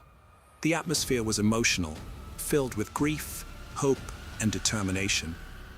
Hundreds of people gathered, holding candles and sending their thoughts and prayers for Sierra's safe return. After 2 days of investigation, the police received a tip about a suspicious van seen speeding through the area. They suspected that Sierra might have been taken in the van, possibly falling victim to sex trafficking. The police received a tip about a license plate number linked to a van that was speeding through the area where Sierra went missing. They interviewed the van's owner, who explained that he had sped up because another vehicle had suddenly approached from behind, possibly a family member searching for Sierra. This had startled him, causing him to quickly leave the area, which may have given the impression that he was involved in Sierra's disappearance. After 48 hours of investigation, the police had no leads on Sierra's whereabouts. As each day passed, her family's hopes of finding her alive were dwindling. The police continued their door-to-door search, which eventually led them to a nearby farm that belonged to James Worley. The farm had several structures, including a house, a trailer, and a large barn. The police questioned James Worley about the day Sierra disappeared, hoping to get any information that could help them find her. To the detectives' surprise, James revealed that he had been riding his motorcycle on the day Sierra went missing. However, he claimed that his bike had broken down, causing him to lose some items, including a screwdriver and his helmet. The detectives were stunned, as these were the same items found at the scene of Sierra's abduction. This revelation raised significant suspicions about James. The detectives were determined to investigate further and questioned James about Sierra's disappearance.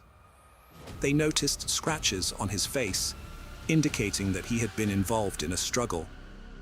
This discovery only increased their suspicions and raised more questions. They wondered if the scratches were the result of a confrontation with Sierra. The detectives decided to investigate James's background, hoping to uncover relevant information. What they discovered sent chills down their spines.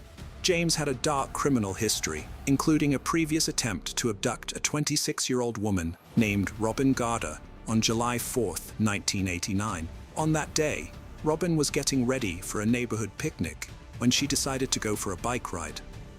As she rode, she became thirsty and contemplated returning home. However, before she could make that decision, a car approached from behind and collided with her bike. The impact sent Robin flying into a nearby ditch. The driver, who later turned out to be James, approached Robin and asked if she was okay.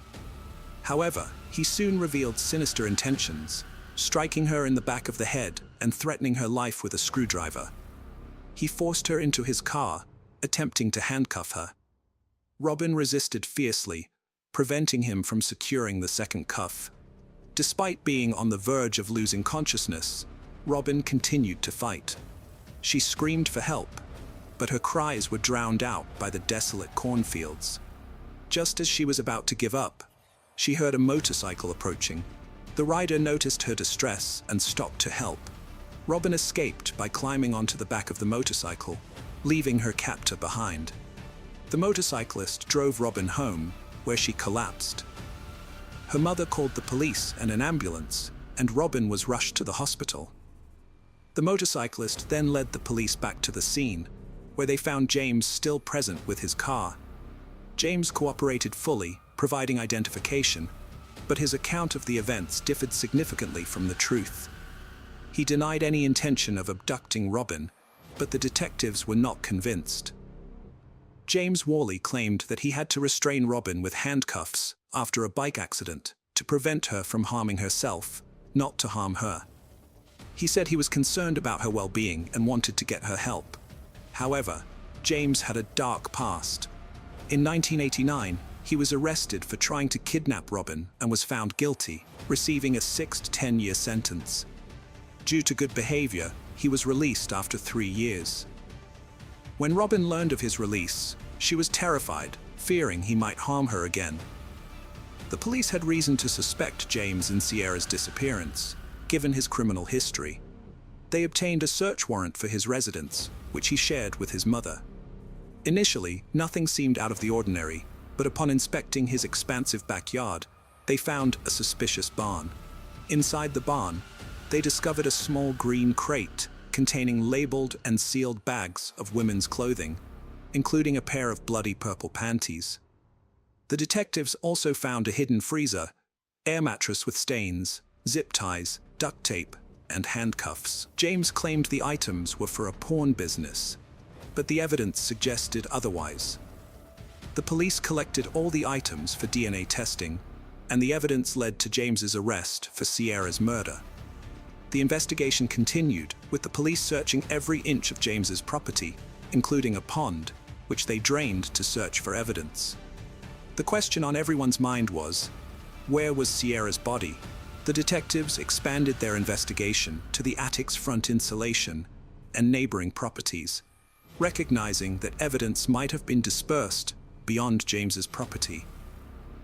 They thoroughly explored all leads. A farmer reported a suspicious area in his field where the corn seemed matted down, with a nearby mound of dirt that resembled a potential grave. The farmer's concerns were heightened due to the ongoing search for Sierra, so he quickly contacted the police.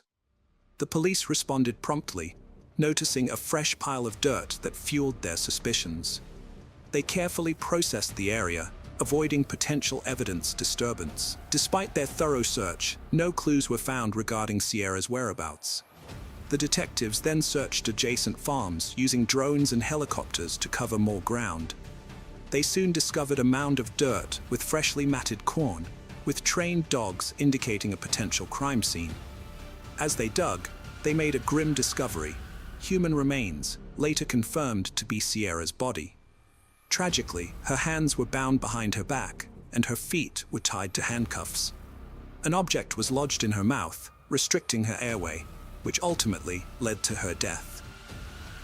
The devastating news was delivered to the Sierra family that night. The family was overwhelmed with grief, and their sorrow was palpable. 1 month after the abduction and murder, James Worley was indicted on 19 counts, including kidnapping and aggravated murder. 2 years later, Worley stood trial, pleading not guilty despite overwhelming evidence. The state presented a terrifying story over 8 intense days, and the jury deliberated for 6 hours before finding Worley guilty on all counts related to Sierra's murder. The sentence imposed was death. Today we're going to take a look at another horrible case with you. The case of Jamie Melgar. Sandra Melgar often lies in her small prison cell, reflecting on the unexpected turns her life has taken. She never imagined she'd become a widow and a suspect in her husband's murder. A year and a half after his tragic death, a grand jury indicted her. And nearly 5 years later, a jury convicted her based solely on circumstantial evidence. There was no clear motive or physical proof linking her to the crime. Since her husband's passing, every day has been a living nightmare for Sandra, now 59. Sometimes, she still expects to go back home and catches herself wanting to share things with him, only to remember he's gone. In a recent interview, Sandra's blue eyes were red and puffy from crying. She said with tears streaming down her pale cheeks that it didn't feel like he was really gone, and that it was like he was just away on a trip. She paused, then continued that she tried not to dwell on it, and knew she would see him again. For the past 10 months, Sandra had been imprisoned at the William P. Hobby Unit, a women's prison in the Texas countryside. Sandra maintains contact with her friends and family, many of whom still believe she is innocent. Despite the difficulties of communicating in a noisy prison environment and her soft voice, she regularly talks to her daughter, Elizabeth Liz Melgar Rose. Sandra also writes letters to her friends, who keep her updated about her Pomeranian, Lola, who was at home on the night of the incident. Thanks to the efforts of one of her closest friends, Sandra gets to spend a couple of hours with a rotating group of friends and family every weekend. Her daughter Liz is her biggest supporter, acting as her spokesperson and passionately arguing that her mother's imprisonment is a grave injustice that has deprived her of both parents. Liz mentioned that she had never seen her mother so broken and devastated, and that she had never been able to recover from that. Sandra's husband Jamie met a tragic end on December 23, 2012. Sandra has no memory of that night, which has raised suspicions among investigators. However, she maintains her innocence, insisting she did not commit the crime. As Sandra sits in her prison cell, her thoughts often go back to the evening of their 32nd wedding anniversary, on December 23, 2012. That night, she and Jamie had celebrated together. Later, she was awoken by their barking dogs to find herself bound and gagged on the closet floor, her head throbbing and her body aching. Sandra tried to stretch her legs and peek through the gap under the closet door, but her bindings and 2 hip replacements limited her movement. Even if she could free herself, a chair blocked the door handle, preventing her escape. In the same closet, she would later discover her husband Jamie, lying lifeless with 31 stab wounds to his hands and chest. The white walls were now stained with blood, and a grey telephone cord was used to bind Jamie's feet. A medical examiner later determined that all of Jamie's injuries were defensive wounds, indicating that he had fought back against his attacker instead of trying to escape. One particularly vicious blow had nearly severed his right thumb, which likely contributed to the extensive blood splatters found in the closet and bedroom. The bedroom was in disarray, with dresser drawers open and clothes, books, and pill bottles scattered all over the floor. Sandra's purse and wallet had been rummaged through, and their contents were strewn across the blood-stained white comforter on the bed. A small white medical stool at the foot of the bed had blood stains on it, suggesting that it had been used as a makeshift surface for a knife during the attack. Nearby, a wooden chair had blood dripping down its back. The jacuzzi bathtub, where Sandra and Jamie had celebrated their 32nd wedding anniversary just the night before, told a tragic story. A blood-stained white blouse, a green towel, and a silver chef knife with a 6-inch blade covered in blood droplets in every crevice were found in the bathtub, revealing the chilling details of the events that had unfolded. Police identified a knife as the murder weapon, a stark contrast to the joyful evening that had preceded it. Earlier that night, Sandra and Jamie had celebrated their 32nd wedding anniversary with dinner at their favorite Mexican restaurant, planning to continue the celebration in their jacuzzi with candles, cocktails, strawberries, and whipped cream.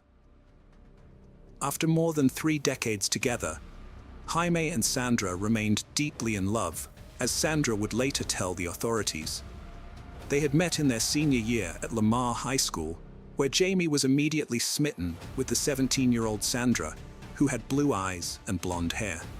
Sandra was drawn to his sense of humor, intelligence, and kind nature, while Jamie admired her intelligence, down-to-earth personality, and humility.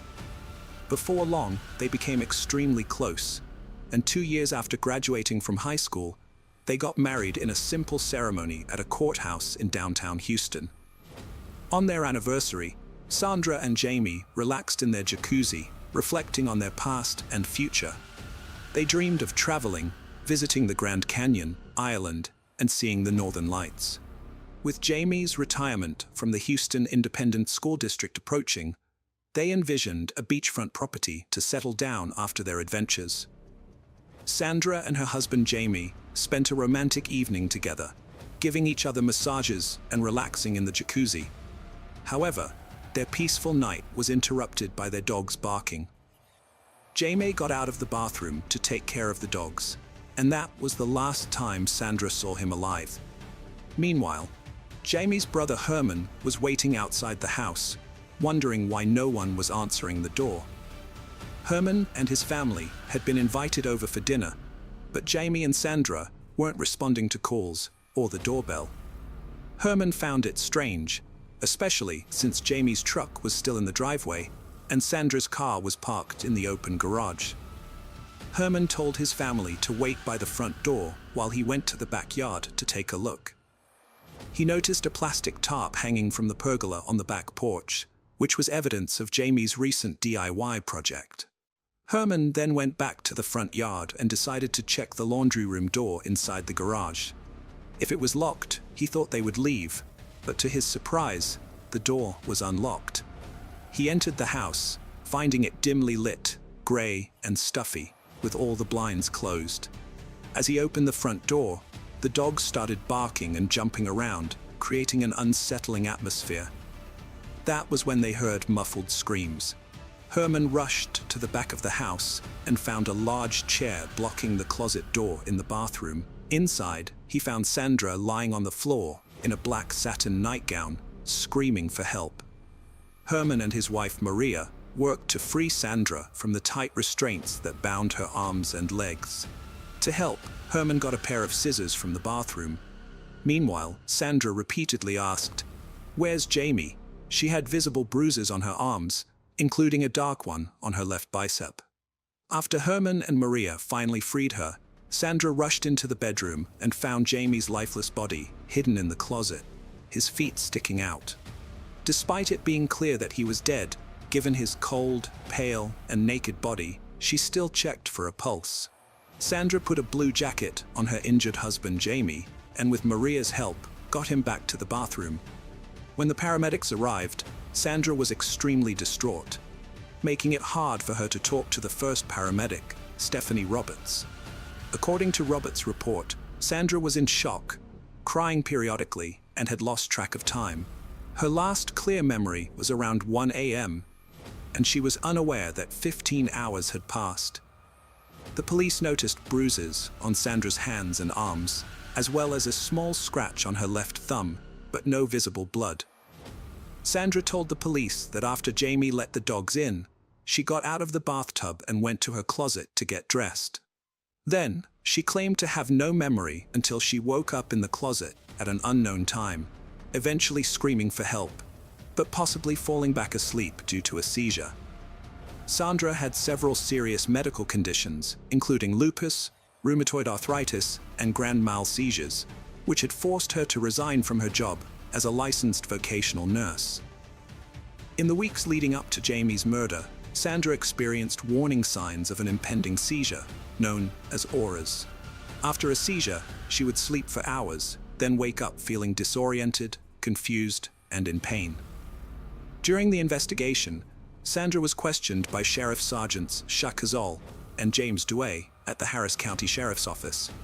Sandra felt uncomfortable in the cold interrogation room and asked to take a polygraph test, despite feeling cold and shaky. The 3-hour interrogation focused on the 36 hours leading up to Jamie's death. Sandra spoke softly and complained of having a headache. She recalled specific details about her activities, such as removing her boots in the bedroom and their conversation in the jacuzzi. However, she struggled to remember other details, and her memory was unclear. Sandra initially said Jamie had left her alone for 15 minutes to let the dogs in before she got out of the jacuzzi. Later, she thought it might have been around 5 minutes. She admitted to being bad at keeping track of time and was just making guesses about the timeline. When asked about their future plans, Sandra became overwhelmed and burst into tears. Kazal suggested that Sandra might have been involved in Jamie's death, which prompted Sandra to ask for a lawyer, saying she wasn't going to answer any more questions because she felt confused. Duay asked Sandra if she would take a polygraph test, but she refused, citing concerns about her nervousness, physical symptoms, and the potential for the results to be used against her. She wanted to consult with a lawyer first. Duay seemed frustrated by her refusal, implying that it suggested she had something to hide. He warned Sandra that the investigation would be thorough and that they would gather information about her husband, and their relationships with neighbors and family members. Sandra hoped the investigation would focus on someone else, insisting she wasn't involved in Jamie's murder. When asked about her relationship with her husband, she described it as great, even better lately. As the interrogation neared its end, the detectives grew frustrated with Sandra's claims of having no memory of the events. They pressed her, wondering how she could have been unaware of her husband being brutally stabbed in the bedroom just a few feet away, and why she hadn't heard his screams. Detective Kazal implored her to help, but Sandra repeatedly denied having heard anything, covering her face with her hands. Kazal and Duay left the cold, confined room, leaving Sandra crying with her face in her hands. Later, Kazal contacted the Harris County District Attorney's Office to file murder charges against Sandra. However, the DA's office ultimately decided not to pursue those charges due to a lack of evidence. 2 days after the murder, Liz met with Kazal and Duay, telling them that various items were missing from the house, including a TV and medication. She also shared information about her mother's health issues and seizures. Unfortunately, this meeting didn't lead to any significant breakthroughs in the case. Liz continued to call the authorities, asking about the progress of the investigation, but eventually, they stopped responding to her calls. A year and a half later, Sandra was quietly indicted for Jamie's murder by a grand jury. However, the grand jury proceedings were kept secret, leaving the public unaware of the discussions and evidence presented. Sandra's case moved slowly, passing from one prosecutor to another over the next 3 years. Finally, it landed on Colleen Barnett's desk in May 2017. Barnett was a seasoned prosecutor, with a reputation for being diligent and fair. Despite the challenges in the case, including no apparent motive, no confession, and no direct evidence linking Sandra to the crime, Barnett believed in the case. During the 13-day trial, Barnett portrayed Sandra as a calculating murderer who had planned Jamie's death. She claimed that Sandra had tied Jamie's feet with a gray telephone cord and then stabbed him with a knife. Barnett also highlighted the presence of a bag of sex toys found on the bed, which Sandra later claimed was a gag gift from a friend. Although Barnett couldn't pinpoint a motive for Sandra's actions, she presented various theories, including Jamie's life insurance policy and Sandra's supposed desire to end their marriage. Sandra's attorney, George Sechrist, presented a different perspective on the case. arguing that Sandra was a victim of investigators who had prematurely settled on a theory. He claimed that the lack of physical evidence connecting Sandra to the crime, including the absence of her blood at the scene and cuts on her hands, suggested that she was not involved.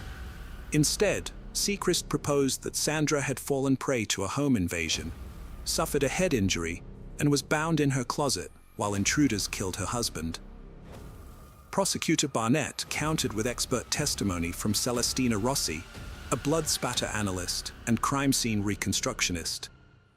Rossi testified that the crime scene did not match a home invasion scenario, citing the lack of forced entry, undisturbed dresser drawers, and a lit candle on Jamie's nightstand, indicating no struggle near the closet where Jamie was killed. The majority of the blood was confined to the closet, with spatter on a chair, medical stool, and comforter, which Rossi attributed to the injury to Jamie's artery. Rossi concurred with the medical examiner's report that Jamie's wounds were defensive and noted his loaded handgun near his body in the closet, untouched. This evidence, Rossi suggested, pointed to Sandra's guilt. The jury deliberated for 8 hours over several days before finding Sandra guilty of murder, sentencing her to 27 years in prison.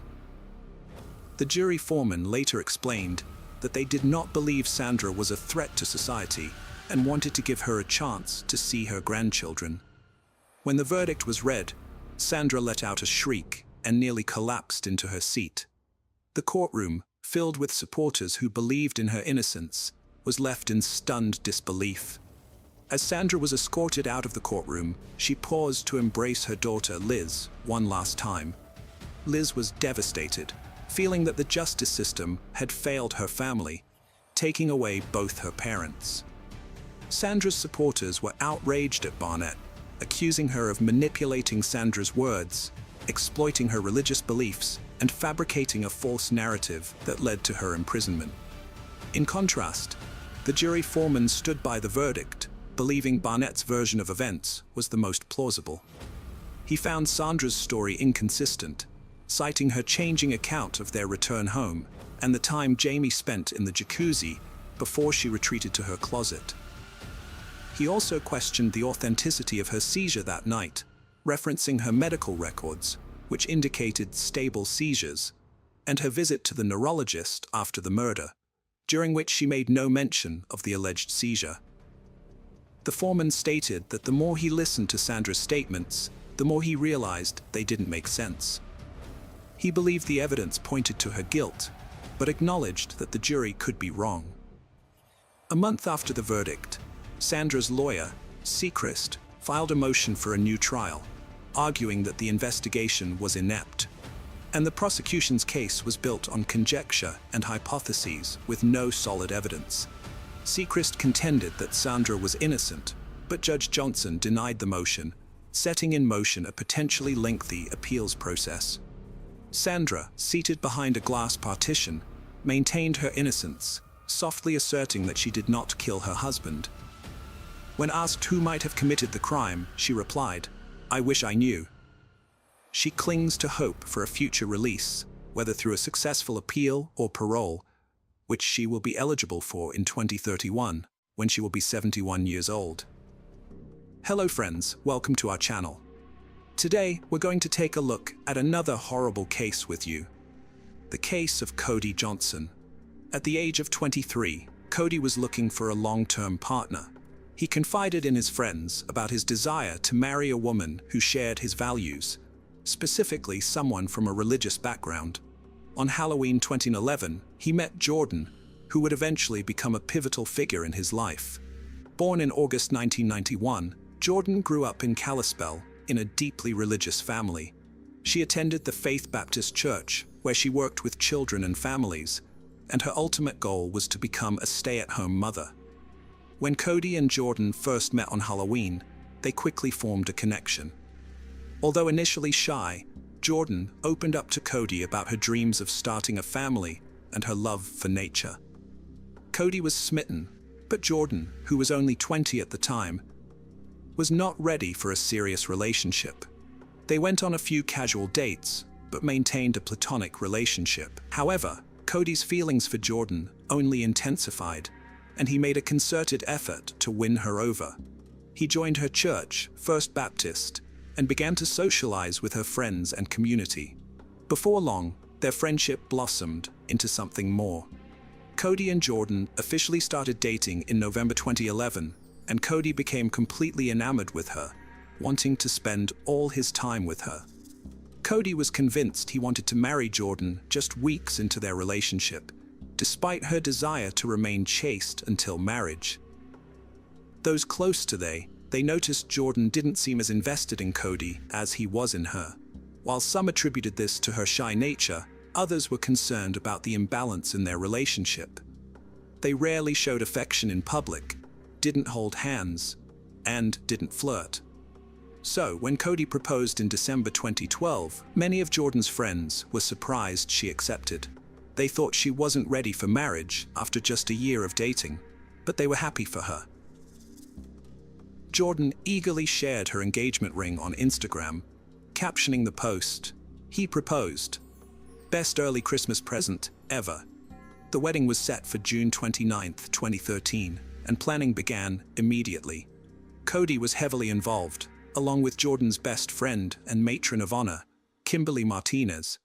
However, it was Jordan who seemed most enthusiastic about the wedding planning, even going so far as to perform a song with custom-written lyrics by Elizabeth Shee, which would later seem eerily prophetic.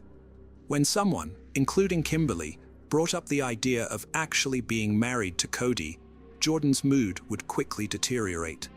She repeatedly questioned Kimberly, her matron of honor, about whether she was making the right decision. On her wedding day, Jordan's true feelings about the marriage were evident. She was anxious and avoided eye contact with Cody, frequently looking down. Despite regaining her composure for the wedding photos and first dance, Jordan's unease persisted. The morning after the wedding, Jordan confided in a friend via text from their honeymoon hotel room. She revealed that she had not consummated the marriage and had rejected Cody's advances, not only on their wedding night, but for the next 6 nights as well. Jordan was anxious about Cody's expectations and didn't want to be intimate. She planned to use the excuse that her period had started, hoping it would work, as she feared being forced into something would cause her to panic. Jordan had an intense fear of sex due to her faith and reservations about Cody, causing her to feel anxious about intimacy with him. This anxiety reached a boiling point on July 7th, 8 days after their wedding, when Cody canceled his golfing trip with friends at the last minute because Jordan had planned a surprise for him. After attending church and spending some time alone on the lake, they had dinner with friends at Dairy Queen. Cody then went home with Jordan, and this was the last time anyone saw him. When Cody failed to show up for work, his co-worker Cameron Fredrickson became concerned. As a reliable and punctual employee, Cody's absence was unusual.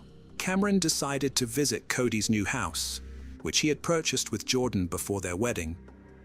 After knocking with no response, Cameron let himself in and searched the house for any clues about their disappearance. However, he found nothing. Cameron's concern turned to fear when he discovered Cody's phone in the garage. It was unusual for Cody to be without his phone, and this sparked grave concerns. After making several calls, Cameron learned that no one had seen Cody since dinner at Dairy Queen at 8:30. He immediately went to the police station to file a missing persons report, and the authorities took the case seriously from the start. Officer Chaz Zimmerman, one of the first to question Cameron, was struck by his distress. Zimmerman found it odd that Cameron's boss, not his wife Kimberly, reported him missing. Later that day, Kimberly finally reached Jordan, who claimed that Cameron had left with friends in a black car with Washington plates. According to Jordan, Cameron had received a disturbing phone call at the restaurant, so she gave him space.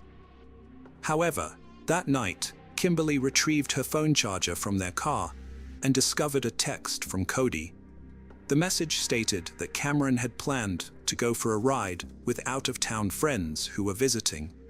Cody was unclear about the friends' identities, but Cameron always took his visiting friends to Glacier Park. Jordan told the police that she didn't recognize the men who were involved in Cody's disappearance, and that they hadn't fought that night. She suggested that Cody might have gone joyriding with his friends from out of town, as a possible reason for his disappearance. When questioned about why she didn't report Cody missing, Jordan explained that she didn't want to upset him by filing a report if he was planning to return within a few hours. However, as the hours turned into days, Cody's friends and family gathered at the family home, expressing confusion over his sudden disappearance. It didn't seem like something Cody would do, leaving his wife without a word. Jordan maintained her story until Kimberly confronted her about it. As the conversation continued, Jordan became increasingly uncomfortable. Eventually, she became so agitated that she threw her wedding ring across the room. While some thought this was just her unusual way of coping with the situation, Kimberly was convinced that Jordan was hiding something. The next day, she returned home and called her friend. Meanwhile, Jordan was summoned to the police station, where she was confronted by officers about the inconsistencies in her story. One of the officers said, "Jordan, I've gathered information that contradicts what you're telling me. I've spoken to several people, and it's crucial that I know you're being honest." Jordan responded, "I understand, and I think there's more to the story." Around the same time, Sher Johnson met with the police, armed with Cody's phone records from the day he vanished. She was worried about her son and hoped that the mysterious man Cody had called could provide some clues about his disappearance. However, it turned out that the mysterious caller was simply a friend returning a tool to Cody. The police quickly ruled him out as a suspect because he had a solid alibi. His wife was in labor at the time of Cody's disappearance. With all other leads exhausted, the police refocused their attention on Jordan. It was clear that she was hiding something, but her story didn't quite add up. On July 10th, a crucial breakthrough emerged in the case. An unexpected email arrived from Carmen Tony 607, claiming that Cody was dead and there was no need to continue searching. The message read, "Hello, Jordan. My name is Tony. There is no bother looking for Cody anymore. He is gone." Jordan showed the email to Hannah, remaining expressionless as he relayed the news. According to the email, Cody had supposedly died after falling off a cliff in Glacier National Park while with unknown companions. Hannah was devastated upon reading the message and urged Jordan to report it to the police immediately. Hannah recalled her reaction. "I was freaking out, asking what was going on. I read the email and it said Cody was gone." Jordan didn't show any emotion, didn't even cry. She just handed me the email and I started shaking. I told her to go to the police, and she did, but I was rushing her, saying, "Go, move, what are you doing?"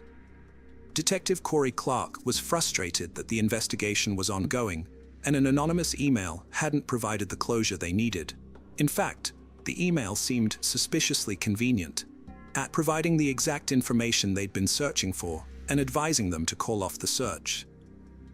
What bothered Clark more than the email's content was Jordan's reaction, or lack thereof.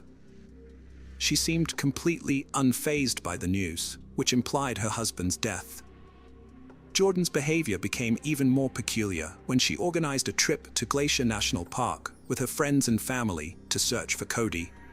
According to Hannah, Jordan was strangely chipper during the entire drive to the park, waving her hand out the window as they went. Despite finding nothing on the first day, they resumed their search on the second day, and it was then that Jordan suddenly claimed to have found Cody's body. Her announcement was met with skepticism. "I think he's down there," she said, leaving Clark wondering why on earth Cody would be in that location. It's baffling that someone would do such a thing. This wall serves a purpose, after all. The autopsy revealed that the victim's head and arms suffered the most damage from the fall. Cody's loved ones were heartbroken over his death, but Jordan felt a sense of relief, according to Hannah. Now that a body had been found, the authorities would finally close the case. However, there was still a major issue. the police had no idea who man Tony 607 was. When Jordan was first questioned about the mysterious message, she directed the police to Tony Stallcup, a fellow car enthusiast and acquaintance of Cody's. Although Tony hadn't seen Cody in several months, he was so worried about him that he gave the police full access to his accounts. The police were unable to find the email address they were looking for, and Jordan and Cody's phone records did not provide much information. As a result, they had to contact Google to obtain the IP address associated with Carmen Tony 607. While waiting for this information, the police re-interviewed Cody's family and friends. During these interviews, Kimberly finally shared with the police Jordan's fragile mental state leading up to her marriage to Cody. She had expressed doubts and fears about marrying him, asking Kimberly multiple times if she should go through with the wedding. Jordan confided in Kimberly about her horror and fear of having sex with Cody, even regretting that Ed had married him and wishing she could undo everything. When Kimberly advised Jordan to be honest with Cody about her feelings, Jordan responded, "I should be happy, but I'm not. If I tell him, it's going to break his heart."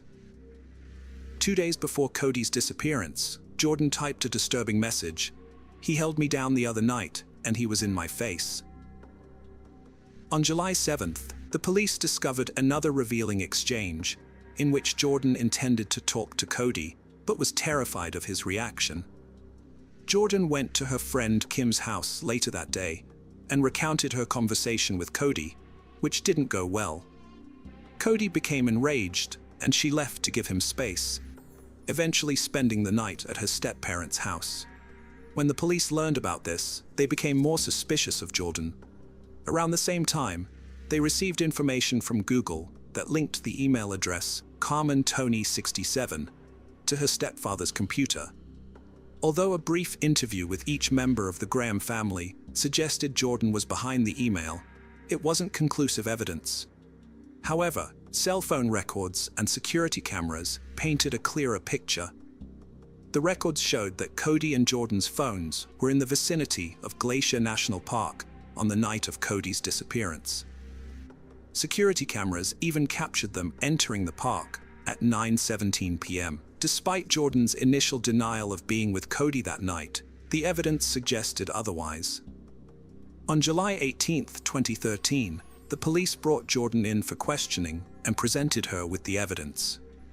She broke down in tears and finally revealed her version of events from July 8th. According to Jordan, she confessed her marital doubts to Cody, leading to a massive argument. Jordan and her friend decided to take a trip to Glacier National Park and went to the Loop Trail. Jordan explained what happened next in her own words. If her friend hadn't intervened, Cody would have fallen face first down the hill. The detectives asked her, why did she turn around and push him?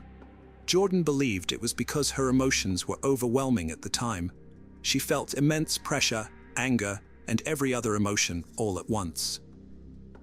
The detectives were interested in her comment about a blindfold, as they suspected a connection to a stray scarf found near the crime scene. However, Jordan didn't provide any further information, and it was eventually proven to be unrelated. Jordan claimed that Cody's death was an accident, and that she didn't plan the assault in any way. Jordan explained that she hadn't planned to kill her husband, Cody. The situation escalated, and in the heat of the moment, she pushed him off the bridge. When asked about the incident, Jordan admitted that Cody had turned his back to her, facing the cliff, and she pushed him with both hands. She also confessed to creating a fake identity, Carmen Tony, and sending messages from her stepfather's house. Despite her confession, the police didn't charge Jordan that day, and she walked out of the station a free woman. However, they later arrested her at Cody's funeral on July 22nd, after she was seen texting on her phone, displaying a lack of respect that eroded any remaining sympathy for her. Rumors circulated that Jordan had killed Cody to escape their marriage without the embarrassment of divorce. Her behavior at the funeral, including texting, seemed to confirm these suspicions, implying that she was more concerned about herself than mourning Cody's death. Jordan's motives were called into question, as people wondered if she ever truly loved Cody. She was arrested and charged with first-degree murder and making false statements. After reviewing the evidence, the jury added premeditated first-degree murder to the list of charges. Her trial began on December 9, 2013. From the start, the prosecution aggressively challenged Jordan's story, raising doubts and inconsistencies. They questioned why she lied to Cody's friends and family, and whether she was truly remorseful or innocent.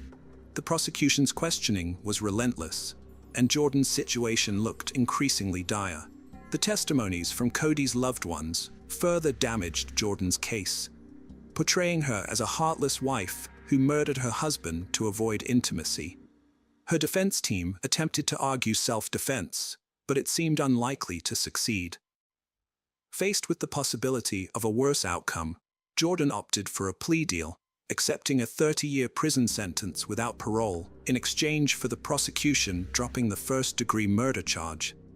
Before Jordan was sentenced, she tried to withdraw her guilty plea when she learned the prosecution intended to pursue a charge of premeditated first-degree murder, which carried a maximum 50-year sentence. The decision was up to District Judge Donald Malloy, who had to decide whether to accept her original plea or start a new trial. On December 13, 2013, Judge Malloy sentenced Jordan Lynn Graham to 30 years and 5 months in prison. Despite Jordan's attempt to reverse her plea, her case was not reopened or re-examined. The federal prosecution aimed to set a precedent with her case, sending a message that anyone who commits murder under federal jurisdiction will face swift and severe punishment. As a result, Jordan will not be released from prison until she is over 52 years old. Hello friends, welcome to our channel. Today we're going to take a look at another horrible case with you, the case of Heidi Firkus. Heidi Marie Eriksson was born on December 14, 1984, to John and Alinda Eriksson, and was the youngest of their 3 children and their only daughter. She was known for her playful and artistic nature, and lived her life to the fullest. After graduating from high school in 2003, she continued her education at the University of Northwestern in Roseville. During this time, she was a regular attendee at Calvary Church in the city, where she had been involved since her early years. It was at Calvary Church that she met Nick Firkus, with whom she shared the role of youth group leaders, serving their community with dedication and passion. Nicholas Firkus was born on February 25, 1983, to Julie and Steve Firkus. He was a driven and ambitious young man who dedicated himself to his work as the director of operations at a reputable carpet cleaning company. Known for his well-rounded personality and strong work ethic, he had found his true match in Heidi, whom he met at their shared place of worship, Calvary Church, in 2005. At the ages of 22 and 20, respectively, Nick and Heidi made the joyful decision to take their relationship to the next level. Surrounded by their loved ones and the familiar walls of the church that had witnessed the blossoming of their love, they exchanged vows, sealing their commitment to each other. To their friends and community, Nick and Heidi's marriage appeared perfect. They shared a love for travel, biking, and their church. They often hosted dinner parties for their loved ones. Heidi had recently started working at a financial firm where her father was employed. Their bond seemed to be growing stronger with time. However, behind closed doors, a different story was unfolding. On the morning of April 25, 2010, Heidi called 911 from her home in St. Paul, Minnesota, reporting a break-in. Only 38 seconds into the call, Heidi yelled no, and a gunshot was heard. 65 seconds later, Nick used Heidi's phone to contact the dispatcher, saying, "Please, someone just broke into my house and shot me and my wife." Nick was overcome with grief, repeatedly crying and begging for help, saying, "Oh my Heidi, my wife is dead. Please get here." He also shouted no in despair. When the police arrived, they found Heidi unresponsive on the kitchen floor with a gunshot wound to her back. Nick was beside her, still on the phone with the 911 dispatcher, despite having been shot in the upper left leg. He was extremely upset and told the police that one or two intruders had broken into their home. According to Nick, he had grabbed his shotgun and tried to escape with Heidi through the back door, heading towards their detached garage. However, the intruder managed to take the shotgun from him and shot both Nick and Heidi. Sadly, Heidi was pronounced dead at the scene, her life cut short by the tragic events. Nick, meanwhile, was rushed to the hospital for treatment and was later questioned by the police while still in the hospital. Police asked Nick why he and Heidi left the safety of their bedroom to face the potential danger. Nick explained that they were trying to escape through the back door. After receiving medical treatment for his wounds at the hospital, Nick was released just 3 hours later and was interviewed again at the police station about the incident. At the police station, Nick provided a detailed account of what happened. He recalled watching a movie with Heidi and having a glass of wine before going to bed around midnight. Nick said he woke up around 6:10 to 6:15 a.m. when he heard the screen door open and someone fiddling with the doorknob.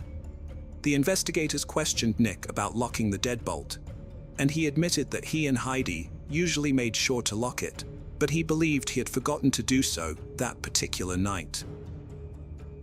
After hearing the noises, Nick retrieved his shotgun from the upstairs closet, which he had brought up from the basement a month ago because he noticed it was starting to rust. Although the shotgun was initially empty, Nick loaded it when he heard the noises. He then woke up Heidi, instructed her to call 911, and told her to leave the house and go to the garage where their cars were parked. Nick also shared that he and Heidi had a safety plan in place in case of trouble, which was to go to the garage where their cars were parked. Nick, who is right-handed, was holding a pair of jeans in his right hand and a shotgun in his left hand as he walked behind Heidi toward the garage. They stopped at the front door, where Heidi retrieved her wallet from a table. Suddenly, the door burst open and a tall, dark-skinned man rushed in. The intruder wore a dark hooded sweatshirt with the hood pulled tightly around his face. Nick dropped the jeans, and the intruder grabbed the shotgun barrel. The two men then engaged in a physical struggle. During the altercation, the gun fired, and Nick said his finger accidentally slipped onto the trigger. He believed he hit Heidi in the back, causing her to collapse immediately. They continued fighting over the shotgun, which fired again, hitting Nick in the upper thigh and causing him to fall to the ground. The intruder then fled out the front door. Nick told investigators that Heidi was unresponsive, and he eventually lost consciousness. Nick told the police that his house was supposed to be foreclosed the next day, and he and his partner Heidi had planned to inform their parents and friends about their situation on the same day. According to Nick, they had fallen behind on their bills, and their house had been foreclosed on and sold to someone else. As a result, they were required to vacate the premises, but they hadn't shared this information with anyone. Their plan was to pack up their belongings on Sunday and Monday morning, leaving some items in the garage to collect later, and then find someone to stay with temporarily. However, their plans were disrupted, and their peaceful home was left with an air of tragedy. The lives of Nick and Heidi were forever changed by the devastating events of that morning. The investigation continued, with law enforcement securing the area and interviewing residents. None of the neighbors reported seeing anyone leaving the Furcus residence. However, one neighbor, Brendan O'Connell, who was looking after kittens in a nearby house, told the authorities that he heard an argument followed by gunfire. Nick begged for mercy, claiming a shooter had attacked him and a woman.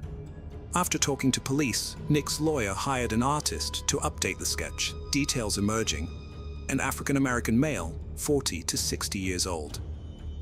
The police initially searched for an unknown African-American male intruder based on Nick's description, but found no evidence or witnesses to support his story. Despite a thorough investigation, no one was arrested or charged in connection with Heidi's death, leaving the case unsolved for many years. Years later, a surprising revelation came to light. Over 10 years had passed since Heidi's murder, and Nick had seemingly moved on with his life, marrying Rachel and starting a family. However, when financial troubles resurfaced, Rachel began to suspect that Nick was hiding something. Rachel's concerns about their financial situation and Nick's evasiveness sparked her curiosity, prompting her to investigate Nick's past. As she dug deeper, she uncovered secrets and inconsistencies that made her question everything she thought she knew about her husband and his possible involvement in Heidi's death. Rachel was unaware of the financial troubles her husband Nick was hiding, similar to those he had faced with his previous wife Heidi years earlier. Her concerns prompted her to contact the authorities, which renewed interest in Heidi's murder case. Investigators began looking into Nick's second marriage to Rachel, whom he married in 2012. However, by the time Rachel spoke with the authorities, she had already divorced Nick due to his growing financial problems. Before their 2019 divorce, Rachel had recorded a conversation where she confronted Nick about his deception. She told investigators that Nick was repeating the same patterns he had with Heidi, including failing to pay property taxes. In fact, she had seen a letter warning that they would be evicted by 2020 if the taxes weren't paid. Rachel's decision to contact the police with her suspicions set off a chain of events that would once again bring the Heidi Fergus murder case into the spotlight.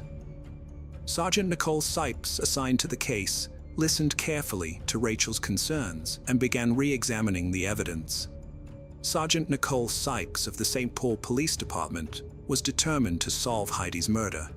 To uncover the truth, she made a bold decision to ask the FBI to analyze the 911 call audio recordings.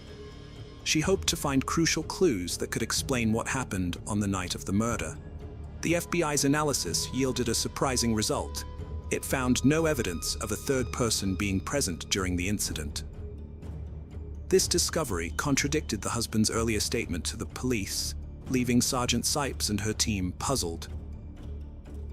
If only Heidi and her husband were in the house, what led to her death? The absence of a third person increased suspicion around the husband's possible involvement in the crime. Sergeant Sipes was more determined than ever to uncover the truth and bring justice to Heidi and her grieving family. The FBI's findings opened up a new avenue of investigation, which Sergeant Sipes was committed to pursuing with increased intensity. The investigators obtained financial documents that disputed Nicholas Fergus's earlier statements, further implicating him in Heidi's murder. Fergus's account of the events surrounding Heidi's death kept changing. Initially, he claimed that an intruder took his gun and shot both him and Heidi. Later, he said that the intruder didn't take the gun, but his own finger accidentally pulled the trigger, hitting Heidi in the back. The crime scene investigation yielded no signs of a struggle, such as overturned furniture or marks on the walls, contradicting Fergus's account. Forensic analysis of the scene also disputed Fergus's version of the shooting, particularly the trajectory of the bullet that struck Heidi. Furthermore, Heidi's 911 call made no mention of an intruder, and there was no evidence of a break-in or intruder at the crime scene. This lack of evidence led investigators to suspect that Fergus had planned to cover up his involvement in Heidi's death. As a result, an arrest warrant was issued for Nick Fergus on May 19, 2021, over a decade after Heidi's death. A SWAT team arrested Fergus at his home in Mounds View. The surprise arrest of Nick stemmed from Rachel's suspicions and the tireless efforts of Police Sergeant Nicole Sipes. This sudden development astonished many who thought the case had stalled and would never reach a resolution. As the legal proceedings progressed, the case details would be re-examined, and the truth about that fateful night would gradually emerge. At the trial, Nick Fergus maintained that he was innocent and pleaded not guilty. Many of his family members, including his father, claimed to believe in his innocence, stating that Nick's love for Heidi would have prevented him from committing such a violent act. However, the jury disagreed with their assessment. On February 10, 2023, the jury delivered a shocking verdict after deliberating for 10 hours. They found Nick, the person Heidi trusted most, guilty of her brutal murder. This outcome left everyone who knew Heidi in a state of shock and disbelief. The prosecution built a strong case against Nick by showing that he was facing severe financial difficulties, which they argued led him to kill Heidi to avoid shame and conflict. They questioned the truth of Nick's claim that a home invader was responsible, suggesting that he fabricated the story to divert attention from himself. The prosecution presented convincing evidence, including the lack of signs of forced entry and inconsistencies in Nick's account. Notably, there was no DNA or physical evidence to support the presence of an intruder, which raised serious doubts about Nick's story. Prosecutor Rachel Craker argued that Nick's inability to accept the truth of his financial deception led him to commit a shocking crime, sacrificing Heidi's life to preserve his reputation. In contrast, Nick's defense attorney, Robert Richmond, countered that it didn't make sense for Nick's financial problems to suddenly drive him to murder. Nick claimed that killing his wife would somehow boost his reputation, but this statement is illogical. After intense debates during the trial, the jury finally reached a verdict that would determine whether Nick would be held accountable for Heidi's death. The jury carefully considered the evidence, emotional testimonies, and legal arguments before delivering a unanimous verdict. Nick Fergus was guilty of first-degree murder. On April 13, 2023, the judge handed down the most severe sentence possible: life in prison without parole. Although found guilty, Nick still insists he had nothing to do with Heidi's death. He maintains his innocence even after being sentenced. When he was sentenced, Nick said, "I understand the pain and loss felt by everyone here today. Justice has been served, but it came at a great cost. A broken family, a betrayed community, and a life cut short." The verdict brought a sense of closure to Heidi's family and friends, but it also left them with the painful realization that the man they thought they knew was capable of such a heinous act. So, you must be thinking, where is Nick now? Nick is currently serving his life sentence at the Minnesota Correctional Facility located in St. Cloud, Minnesota. Here's what drove Nick to commit the tragic act. The motive behind the killing remains unclear, but there are clues. In June 2009, Nick received foreclosure papers on their house, which was then sold at a sheriff's auction the same month. 10 months before Heidi's death, eviction proceedings began in February 2010, with a hearing scheduled for March 8, 2010. Nick attended the hearing alone. Initially, the lockout was set for April 9, 2010, but Nick called the attorneys, claiming his grandmother was in the hospital and about to die. He requested the lockout be rescheduled for April 26, 2010. However, investigators found no evidence to support this claim. When questioned, Nick said Heidi was aware of their financial troubles and that they had made plans together to move out of their foreclosed home and start fresh elsewhere. The truth behind a tragic event was finally revealed by prosecutors. A husband, Nick, had been hiding their severe financial struggles from his wife, Heidi. Tragically, before she could discover the truth, he took her life. Instead of being honest with his wife and working together to find a solution, Nick chose a devastating path. According to prosecutors, Nick's motive for killing his wife was his shame and fear of revealing their financial problems, which included $118,000 in credit card debt and 22 months of late mortgage payments. By killing Heidi, Nick avoided confronting the consequences of his own deception. In the end, justice was served, but Heidi's loved ones still suffered immense pain and loss. Unfortunately, no legal punishment could undo the harm or bring back the vibrant life that was cruelly taken. Hello friends, welcome to our channel.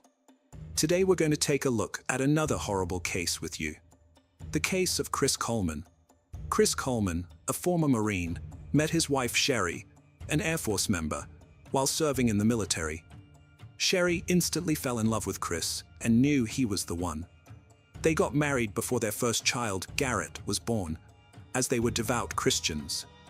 After Garrett's birth, they had their second son, Gavin. Gavin was more energetic and mischievous, unlike his laid-back father and brother. Chris and Sherry were devoted parents who cherished their children. Sherry protected them fiercely, while Chris enjoyed every moment with them. When Chris left the military, the family moved to Waterloo, Illinois, where Chris worked as the head of security for TV evangelist Joyce Meyer. Joyce's luxurious lifestyle sparked controversy, with critics accusing her of exploiting her followers' fears. Chris's job was to protect Joyce from threatening letters and hate mail. He worked as her bodyguard and earned a substantial salary, providing financial security for his family. However, his frequent travels with Joyce put a strain on his family, as he was away from home for long periods. His sons deeply missed him, and his wife Sherry felt overwhelmed, underappreciated, and burdened with household responsibilities. In October 2008, Chris went to Florida, where his wife grew up, and met with an old friend, Tara Lintz, who gave him a tour of the city.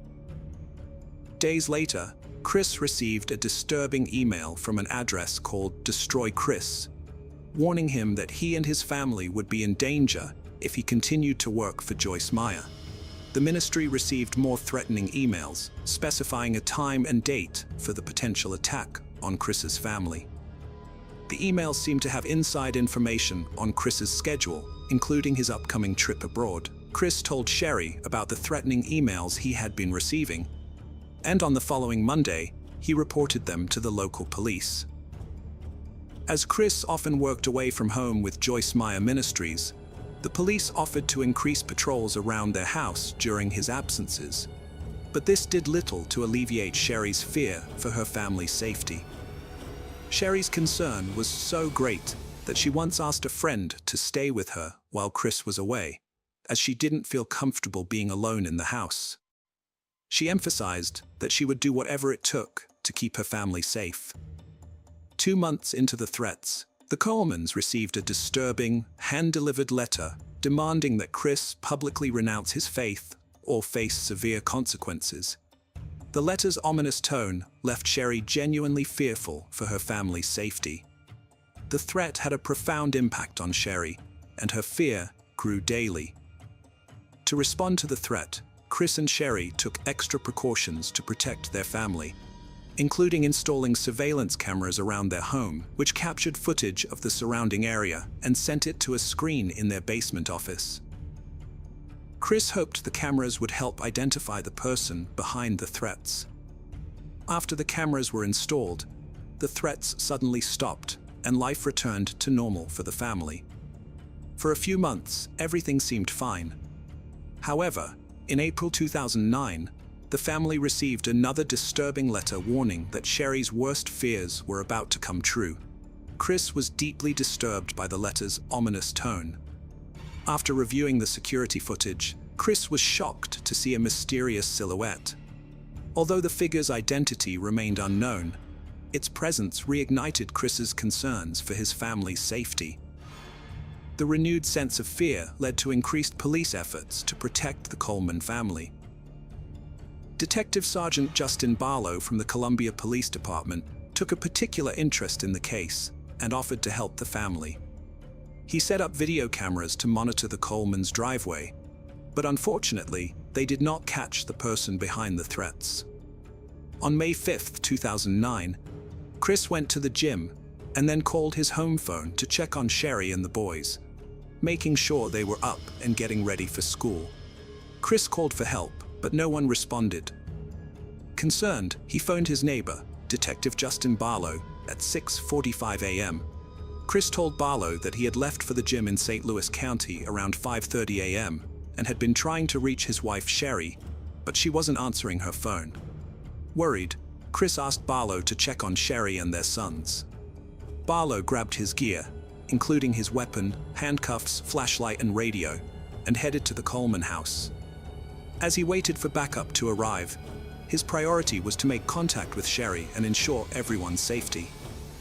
With a mix of hope and unease, Barlow approached the door and knocked firmly, hoping someone would respond. When Detective Justin Barlow arrived at the Coleman home, The eerie silence and darkness made him feel uneasy. The lack of movement and lights inside the house heightened his sense of unease. Minutes later, a patrol vehicle arrived with another officer to assist him. The second officer went to the back of the house to try to see or communicate with Sherry or the boys through a window or door. Instead, he found signs of forced entry into the basement, which immediately grabbed Detective Barlow's attention. He became deeply concerned for Sherry Garrett and Gavin's safety. Detective Barlow and the second officer decided to enter the house through the basement, announcing their presence as they went. But they received no response. During their thorough search of the basement, they found a disconnected video cable at the computer desk. This discovery led them to believe that the camera's digital video recorder was missing. Detective Justin Barlow and the second officer searched the Coleman home from the basement up, noticing a strong smell of aerosol spray paint that grew stronger as they climbed the stairs. On the main level, they found the walls painted with derogatory messages targeting Chris, Sherry, and their sons. 13 minutes after Chris called the detective, Chris returned home from the gym and was told to wait outside while the officers searched the house. He complied, sitting quietly on the porch without asking questions or trying to enter. Meanwhile, a third officer arrived, and the three of them searched the rest of the house for Sherry and the boys. On the upper floors, they found more hate-filled spray-painted messages. When they reached the second story, Detective Barlow entered the bedroom of Garrett, the oldest son, where he appeared to be asleep. However, upon closer inspection, the detective realized that Garrett was dead, with no signs of life and a cold body. Ligature marks around his neck indicated that he had been murdered. Detectives' minds were shocked when they found Garrett's lifeless body. Next door, the second officer entered to check on Gavin and was horrified to discover the boy was also dead, strangled with ligature marks around his neck, just like his brother. The gruesome scene was made even more disturbing by an obscene message spray-painted on the bedsheets. In the master bedroom, the third officer found Sherry's lifeless body on the bed, her hair covering her face. It was clear she had been murdered. As the officer examined the room, he noticed Sherry's body had several bruises, indicating she had fought back and tried to defend herself and her sons. After discovering the bodies of Sherry, Garrett, and Gavin, detectives, including Justin Barlow, heard Chris enter the house, having waited outside for news about his family. Detective Barlow took Chris outside to give him some privacy to process the news. However, as the reality of the situation sank in, Chris's reaction was intense. He felt sick, collapsed, and curled up into a fetal position, unable to contain his emotions. The shock of the brutal murders was too much for him to comprehend. Chris was in disbelief that his family had been taken away in such a violent manner. In desperation, he tried to reach out to his father, Ronald, telling him that something had happened to Sherry and the boys. Ronald immediately realized that Chris was in shock upon receiving the news. Ronald was stunned by the tragedy that had befallen his family. The shocking news of the murders of Sherry, Garrett, and Gavin spread quickly throughout the community of Waterloo, Illinois, where the Coleman family lived. As the neighbors learned of the tragedy, they were left devastated and terrified. Chris expressed remorse for leaving his family alone to go to the gym, but when asked if he had any idea who might have committed the crime, he claimed to have no clue. Nevertheless, Detective Barlow noticed several suspicious behaviors during the interview.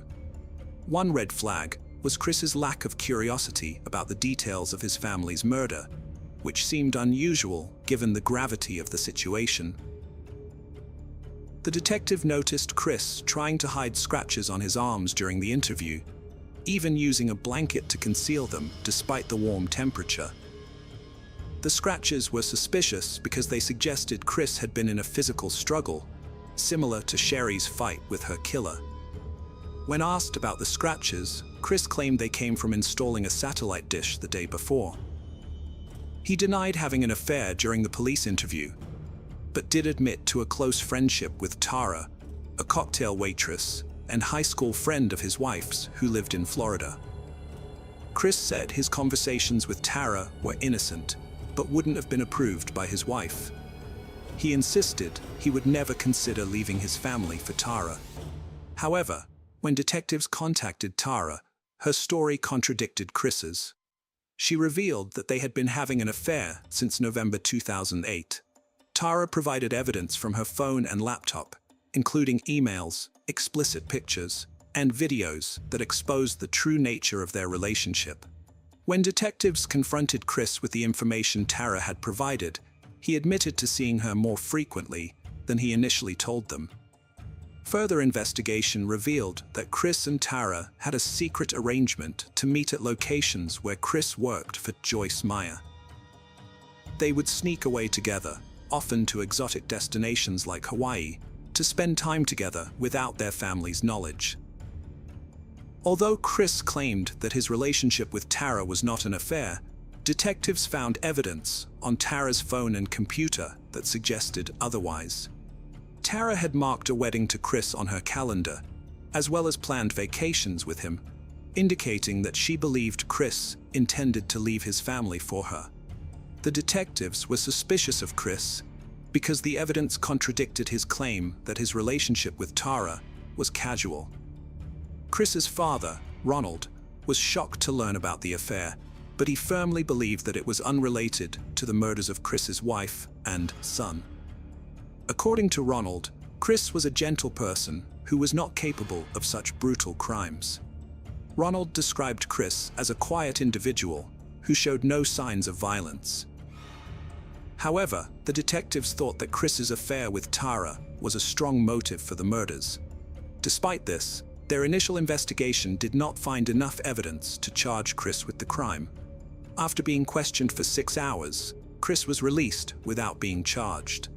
Tara became a person of interest in the investigation, but she was eventually cleared as a suspect when it was discovered that she was in Florida on the morning of May 5, 2009, when the murders occurred. The Coleman family murders led to one of the largest murder investigations in Illinois history. A special team of 25 detectives was formed to catch the person who killed the Coleman family. They worked extremely long hours, often 20 hours a day, for 15 days straight, calling in experts to help with the case. One of their main goals was to find out who sent the hateful emails to Chris Coleman. They carefully looked at every threatening email sent to Joyce Meyer Ministries over the past year, which led them to investigate leads all over the country. The team tracked down and talked to every person who sent threatening emails, but none of them seemed to be responsible for the murder. A team of computer experts was then brought in to help investigate the crime. The detectives hoped they could find some digital evidence related to the murder. The computer experts started by looking at the email account Diris. They found that the email address was created on November 14, 2008, just a few days before the first threatening email was sent. One surprising thing they discovered was that the death threats sent to Chris Coleman's family came from Chris's own computer IP address. The detectives thoroughly examined the spray-painted messages at the crime scene and compared them to Christopher Coleman's handwriting to gather evidence. They took photos of the messages and collected handwriting samples from Coleman, which were then sent to a specialist for analysis.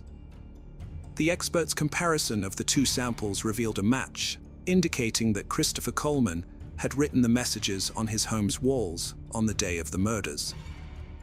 Further analysis identified the specific brand and color of spray paint used, Rust-Oleum Candy Apple Red. After learning that Chris Coleman had bought something from a hardware store just days before his family's murder, a detective contacted the store's manager. The manager confirmed the purchase and revealed that Chris had bought Rust-Oleum Candy Apple Red spray paint, the same type found at the crime scene. This discovery was crucial because it established a link between Chris and the murder. The timeline of the murder was also important. Chris initially claimed to have left his house around 5:45 a.m. on May 5, 2009. but the medical examiner determined that the murders occurred around 3 a.m., which meant Chris was at home when his family was killed. 2 weeks after the bodies were found, Chris Coleman was arrested and charged with 3 counts of first-degree murder. The prosecution argued that Chris's motivations were greed, selfishness, and narcissism, and that he wanted a fresh start, but his family was standing in the way. In April 2011, Chris Coleman stood trial for the murders of his wife, Sherry, and their 2 sons, Garrett and Gavin. The prosecution argued that Chris killed his family to be with another woman, Tara, as he would lose his well-paying job with Joyce Meyer Ministries if he divorced Sherry, since the organization does not condone divorce. Chris's defense attorney claimed that an intruder entered the Colemans' home on May 5, 2009, and committed the murders. However, 2 years later, on the anniversary of the murders, Chris was found guilty and sentenced to life in prison without parole, despite being eligible for a death sentence. The judge's decision was influenced by the recent repeal of the death penalty in Illinois, which would take effect a few months later. Sherry's loved ones wanted to keep her, Garrett, and Gavin's memory alive and decided to raise funds for victims of domestic violence, a cause close to their hearts. Hello friends, welcome to our channel. Today we're going to take a look at another horrible case with you. The case of Elizabeth Smart. On June 5, 2002, 14-year-old Elizabeth Smart was sleeping in her bedroom in Federal Heights, Salt Lake City, Utah. She shared the room with her sister Mary Catherine, but their peaceful night was about to take a terrifying turn. A soft-spoken man, armed with a knife, climbed through their open window. This woke Mary Catherine, who pretended to be asleep, hoping to protect her sister. The man ordered Elizabeth to be quiet, threatening to harm her if she didn't comply. Terrified, Elizabeth put on her shoes and was taken outside. Mary Catherine waited 2 hours before waking their parents, Ed and Lois Smart. She told them someone had taken Elizabeth, but they didn't believe her at first, thinking she might be dreaming. However, after inspecting the bedroom and finding a cut window screen, they realized Mary Catherine was telling the truth. They immediately contacted the authorities, who arrived and questioned Mary Catherine about the kidnapper. Mary Catherine described the man as having dark hair on his head, arms, and hands. Although he spoke quietly, she recognized his voice as familiar, but couldn't remember where she had heard it before.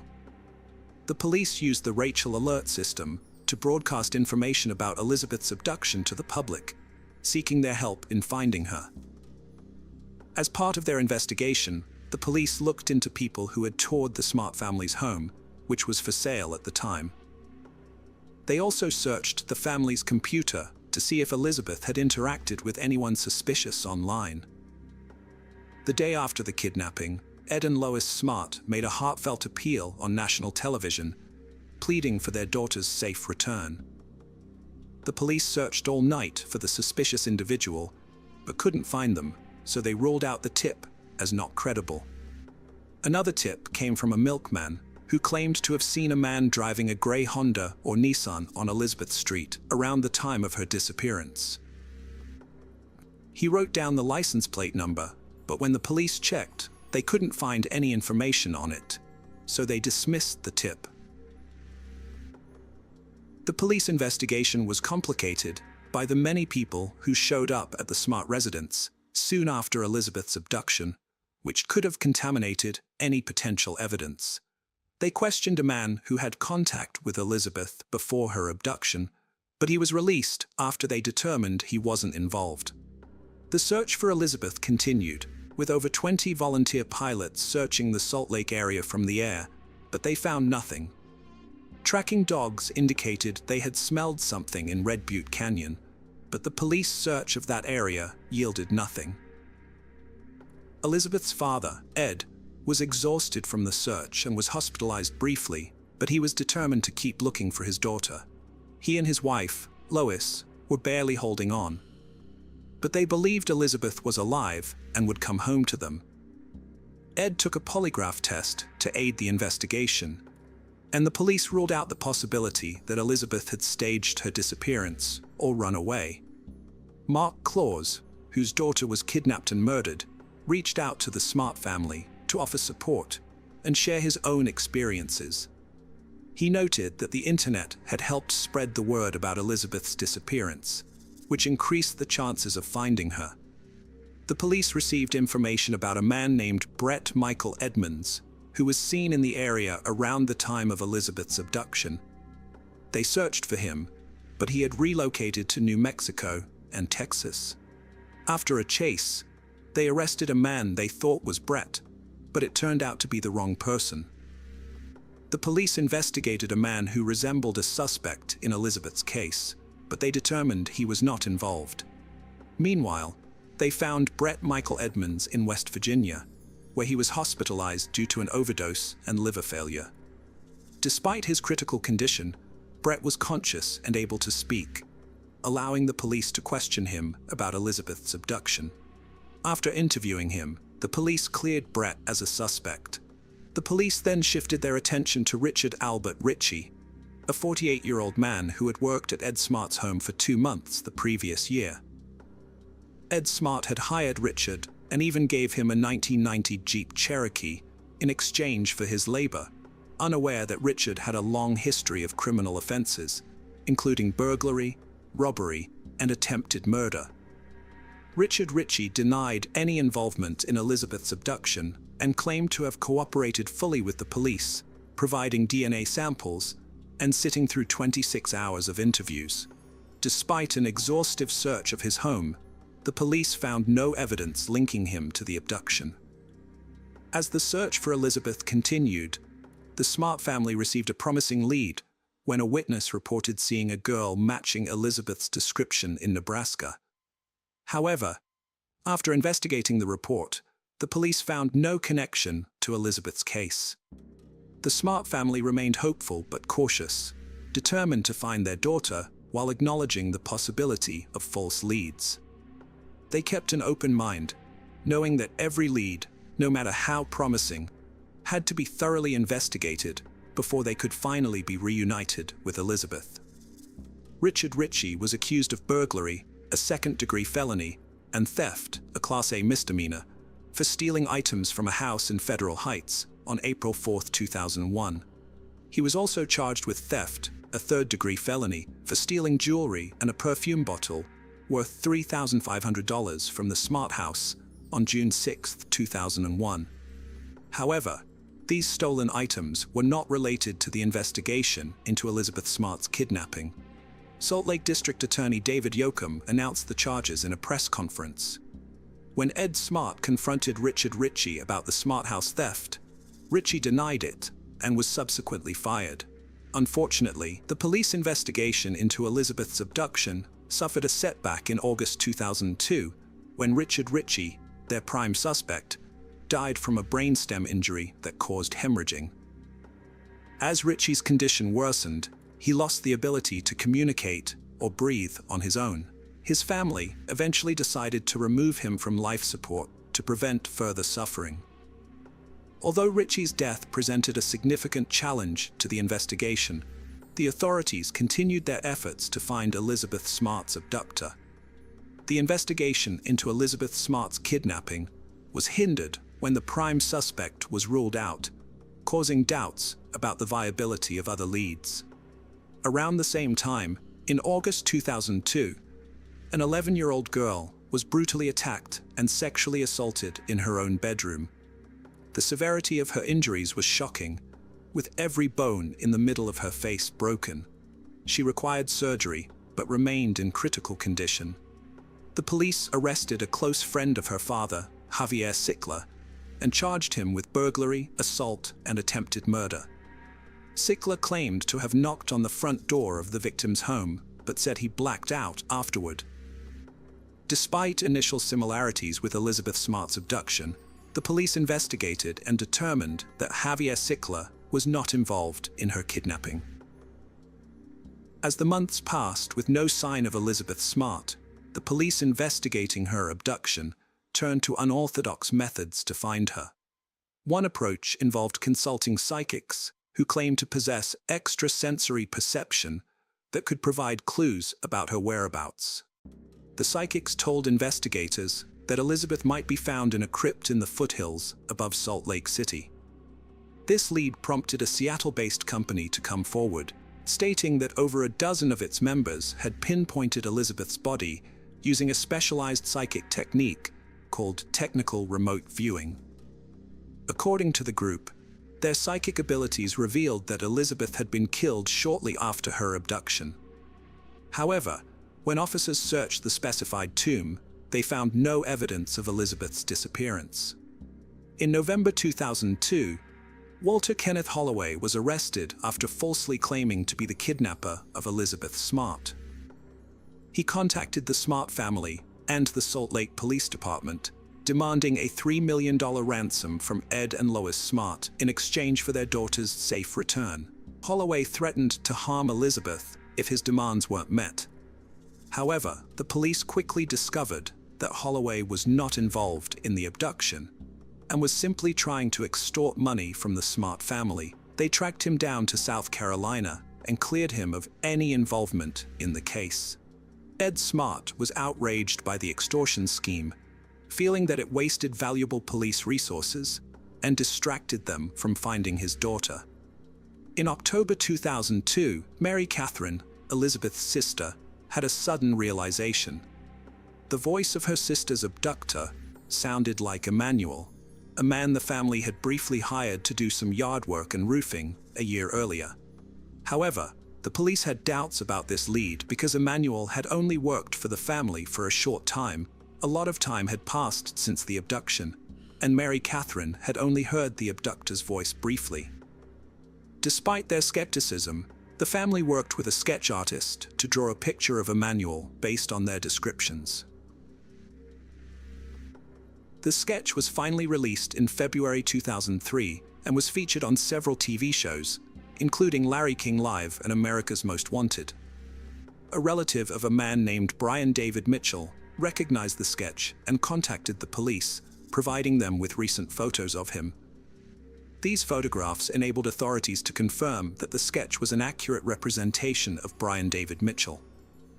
On March 12, 2003, two couples in Sandy, Utah spotted Brian David Mitchell with a woman and a girl. Recognizing him from news photos as Elizabeth Smart's abductor, they immediately called the police. Brian David Mitchell was accompanied by his wife, Wanda Barzee, when he was found with Elizabeth Smart. The police were quickly alerted and sent to the scene, where they safely rescued Elizabeth Smart and took Brian David Mitchell and Wanda Barzee into custody. After her rescue, Elizabeth's testimony revealed a disturbing account of her 9-month ordeal. She described being taken to a hidden encampment outside Salt Lake City, where she met Wanda Barzee, who played a significant role in her captivity. The camp was a makeshift shelter surrounded by dense foliage, carefully camouflaged to avoid detection. Elizabeth Smart described Wanda Barzee as initially caring and nurturing, offering comfort and warmth. However, as time passed, Barzee's behavior changed, and she began to exert control over Elizabeth. She forced Elizabeth to follow their unusual religious beliefs, insisting that she pray, read scriptures, and participate in religious rituals. One of the most distressing experiences Elizabeth endured during her captivity was being forced to marry Brian David Mitchell. Barzee threatened Elizabeth with physical harm if she refused to comply. The wedding ceremony, which Mitchell claimed was a symbol of eternal love, was actually a sham with no legal basis. It solely served as a means for Mitchell to assert his dominance over Elizabeth. After being forced into a marriage, Brian David Mitchell assaulted Elizabeth. He justified his actions by claiming to be a king, ordained to kidnap virgin brides to fight against the Antichrist. Mitchell believed Elizabeth was the first of many virgins he would abduct, and that she would join him in this fictional battle. During her captivity, Elizabeth suffered unimaginable abuse to prevent her escape. She was chained to a tree with a metal cable, restricting her movement outside her tent. This constant confinement made her feel trapped and helpless, unable to seek freedom. In addition to physical restraint, Elizabeth was also subjected to psychological manipulation. She was forced to take on a new identity, choosing the name Esther after the biblical figure. This name change symbolized the loss of her own identity and the control exerted over her by Mitchell and his accomplice, Wanda Barzee. Elizabeth suffered severe trauma during her captivity, particularly due to the frequent and repeated sexual assaults by Brian David Mitchell, which occurred multiple times a day. This abuse left her deeply traumatized and fearful. In addition to the sexual abuse, Elizabeth was forced to look at explicit materials, which further worsened her trauma and feelings of degradation.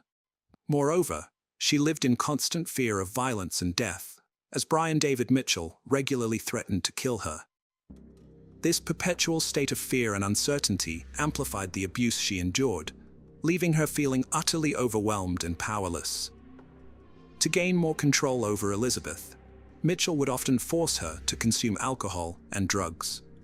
He used these substances to reduce her ability to resist him and make her more vulnerable to his control. As a result, Elizabeth was frequently disoriented and helpless, making it easier for her abusers to commit their atrocious acts. After a lengthy legal process, Wanda Barzee admitted to her role in Elizabeth's kidnapping and was sentenced to 15 years in both state and federal prison, with the sentences to be served concurrently. In 2016, her federal sentence was terminated, and she was transferred from a Texas prison to a Utah prison to begin serving her state sentence. When Wanda Barzee was set to be released in September 2018, Elizabeth Smart, who had become a child safety advocate, strongly objected to her release. Elizabeth believed that Barzee still posed a threat to others, as she had never shown remorse for her actions or any signs of rehabilitation. Despite Elizabeth's protests, Wanda Barzee was released from prison. Elizabeth Smart's protest attracted extensive media attention and brought to light the ongoing concerns about the release of convicted criminals from prison. After a lengthy legal battle, Brian David Mitchell was finally sentenced to life in prison for kidnapping Elizabeth. At his sentencing hearing, Elizabeth took the opportunity to confront her kidnapper directly, delivering a powerful and emotional statement. In her statement, Elizabeth described the immense pain and trauma Mitchell had inflicted upon her, explaining that the 9 months she spent in captivity had stolen a part of her life that she could never recover. Despite this horrific experience, Elizabeth demonstrated remarkable resilience and determination, assuring Mitchell that she would go on to live a good life, unperturbed by the darkness he had brought into her world.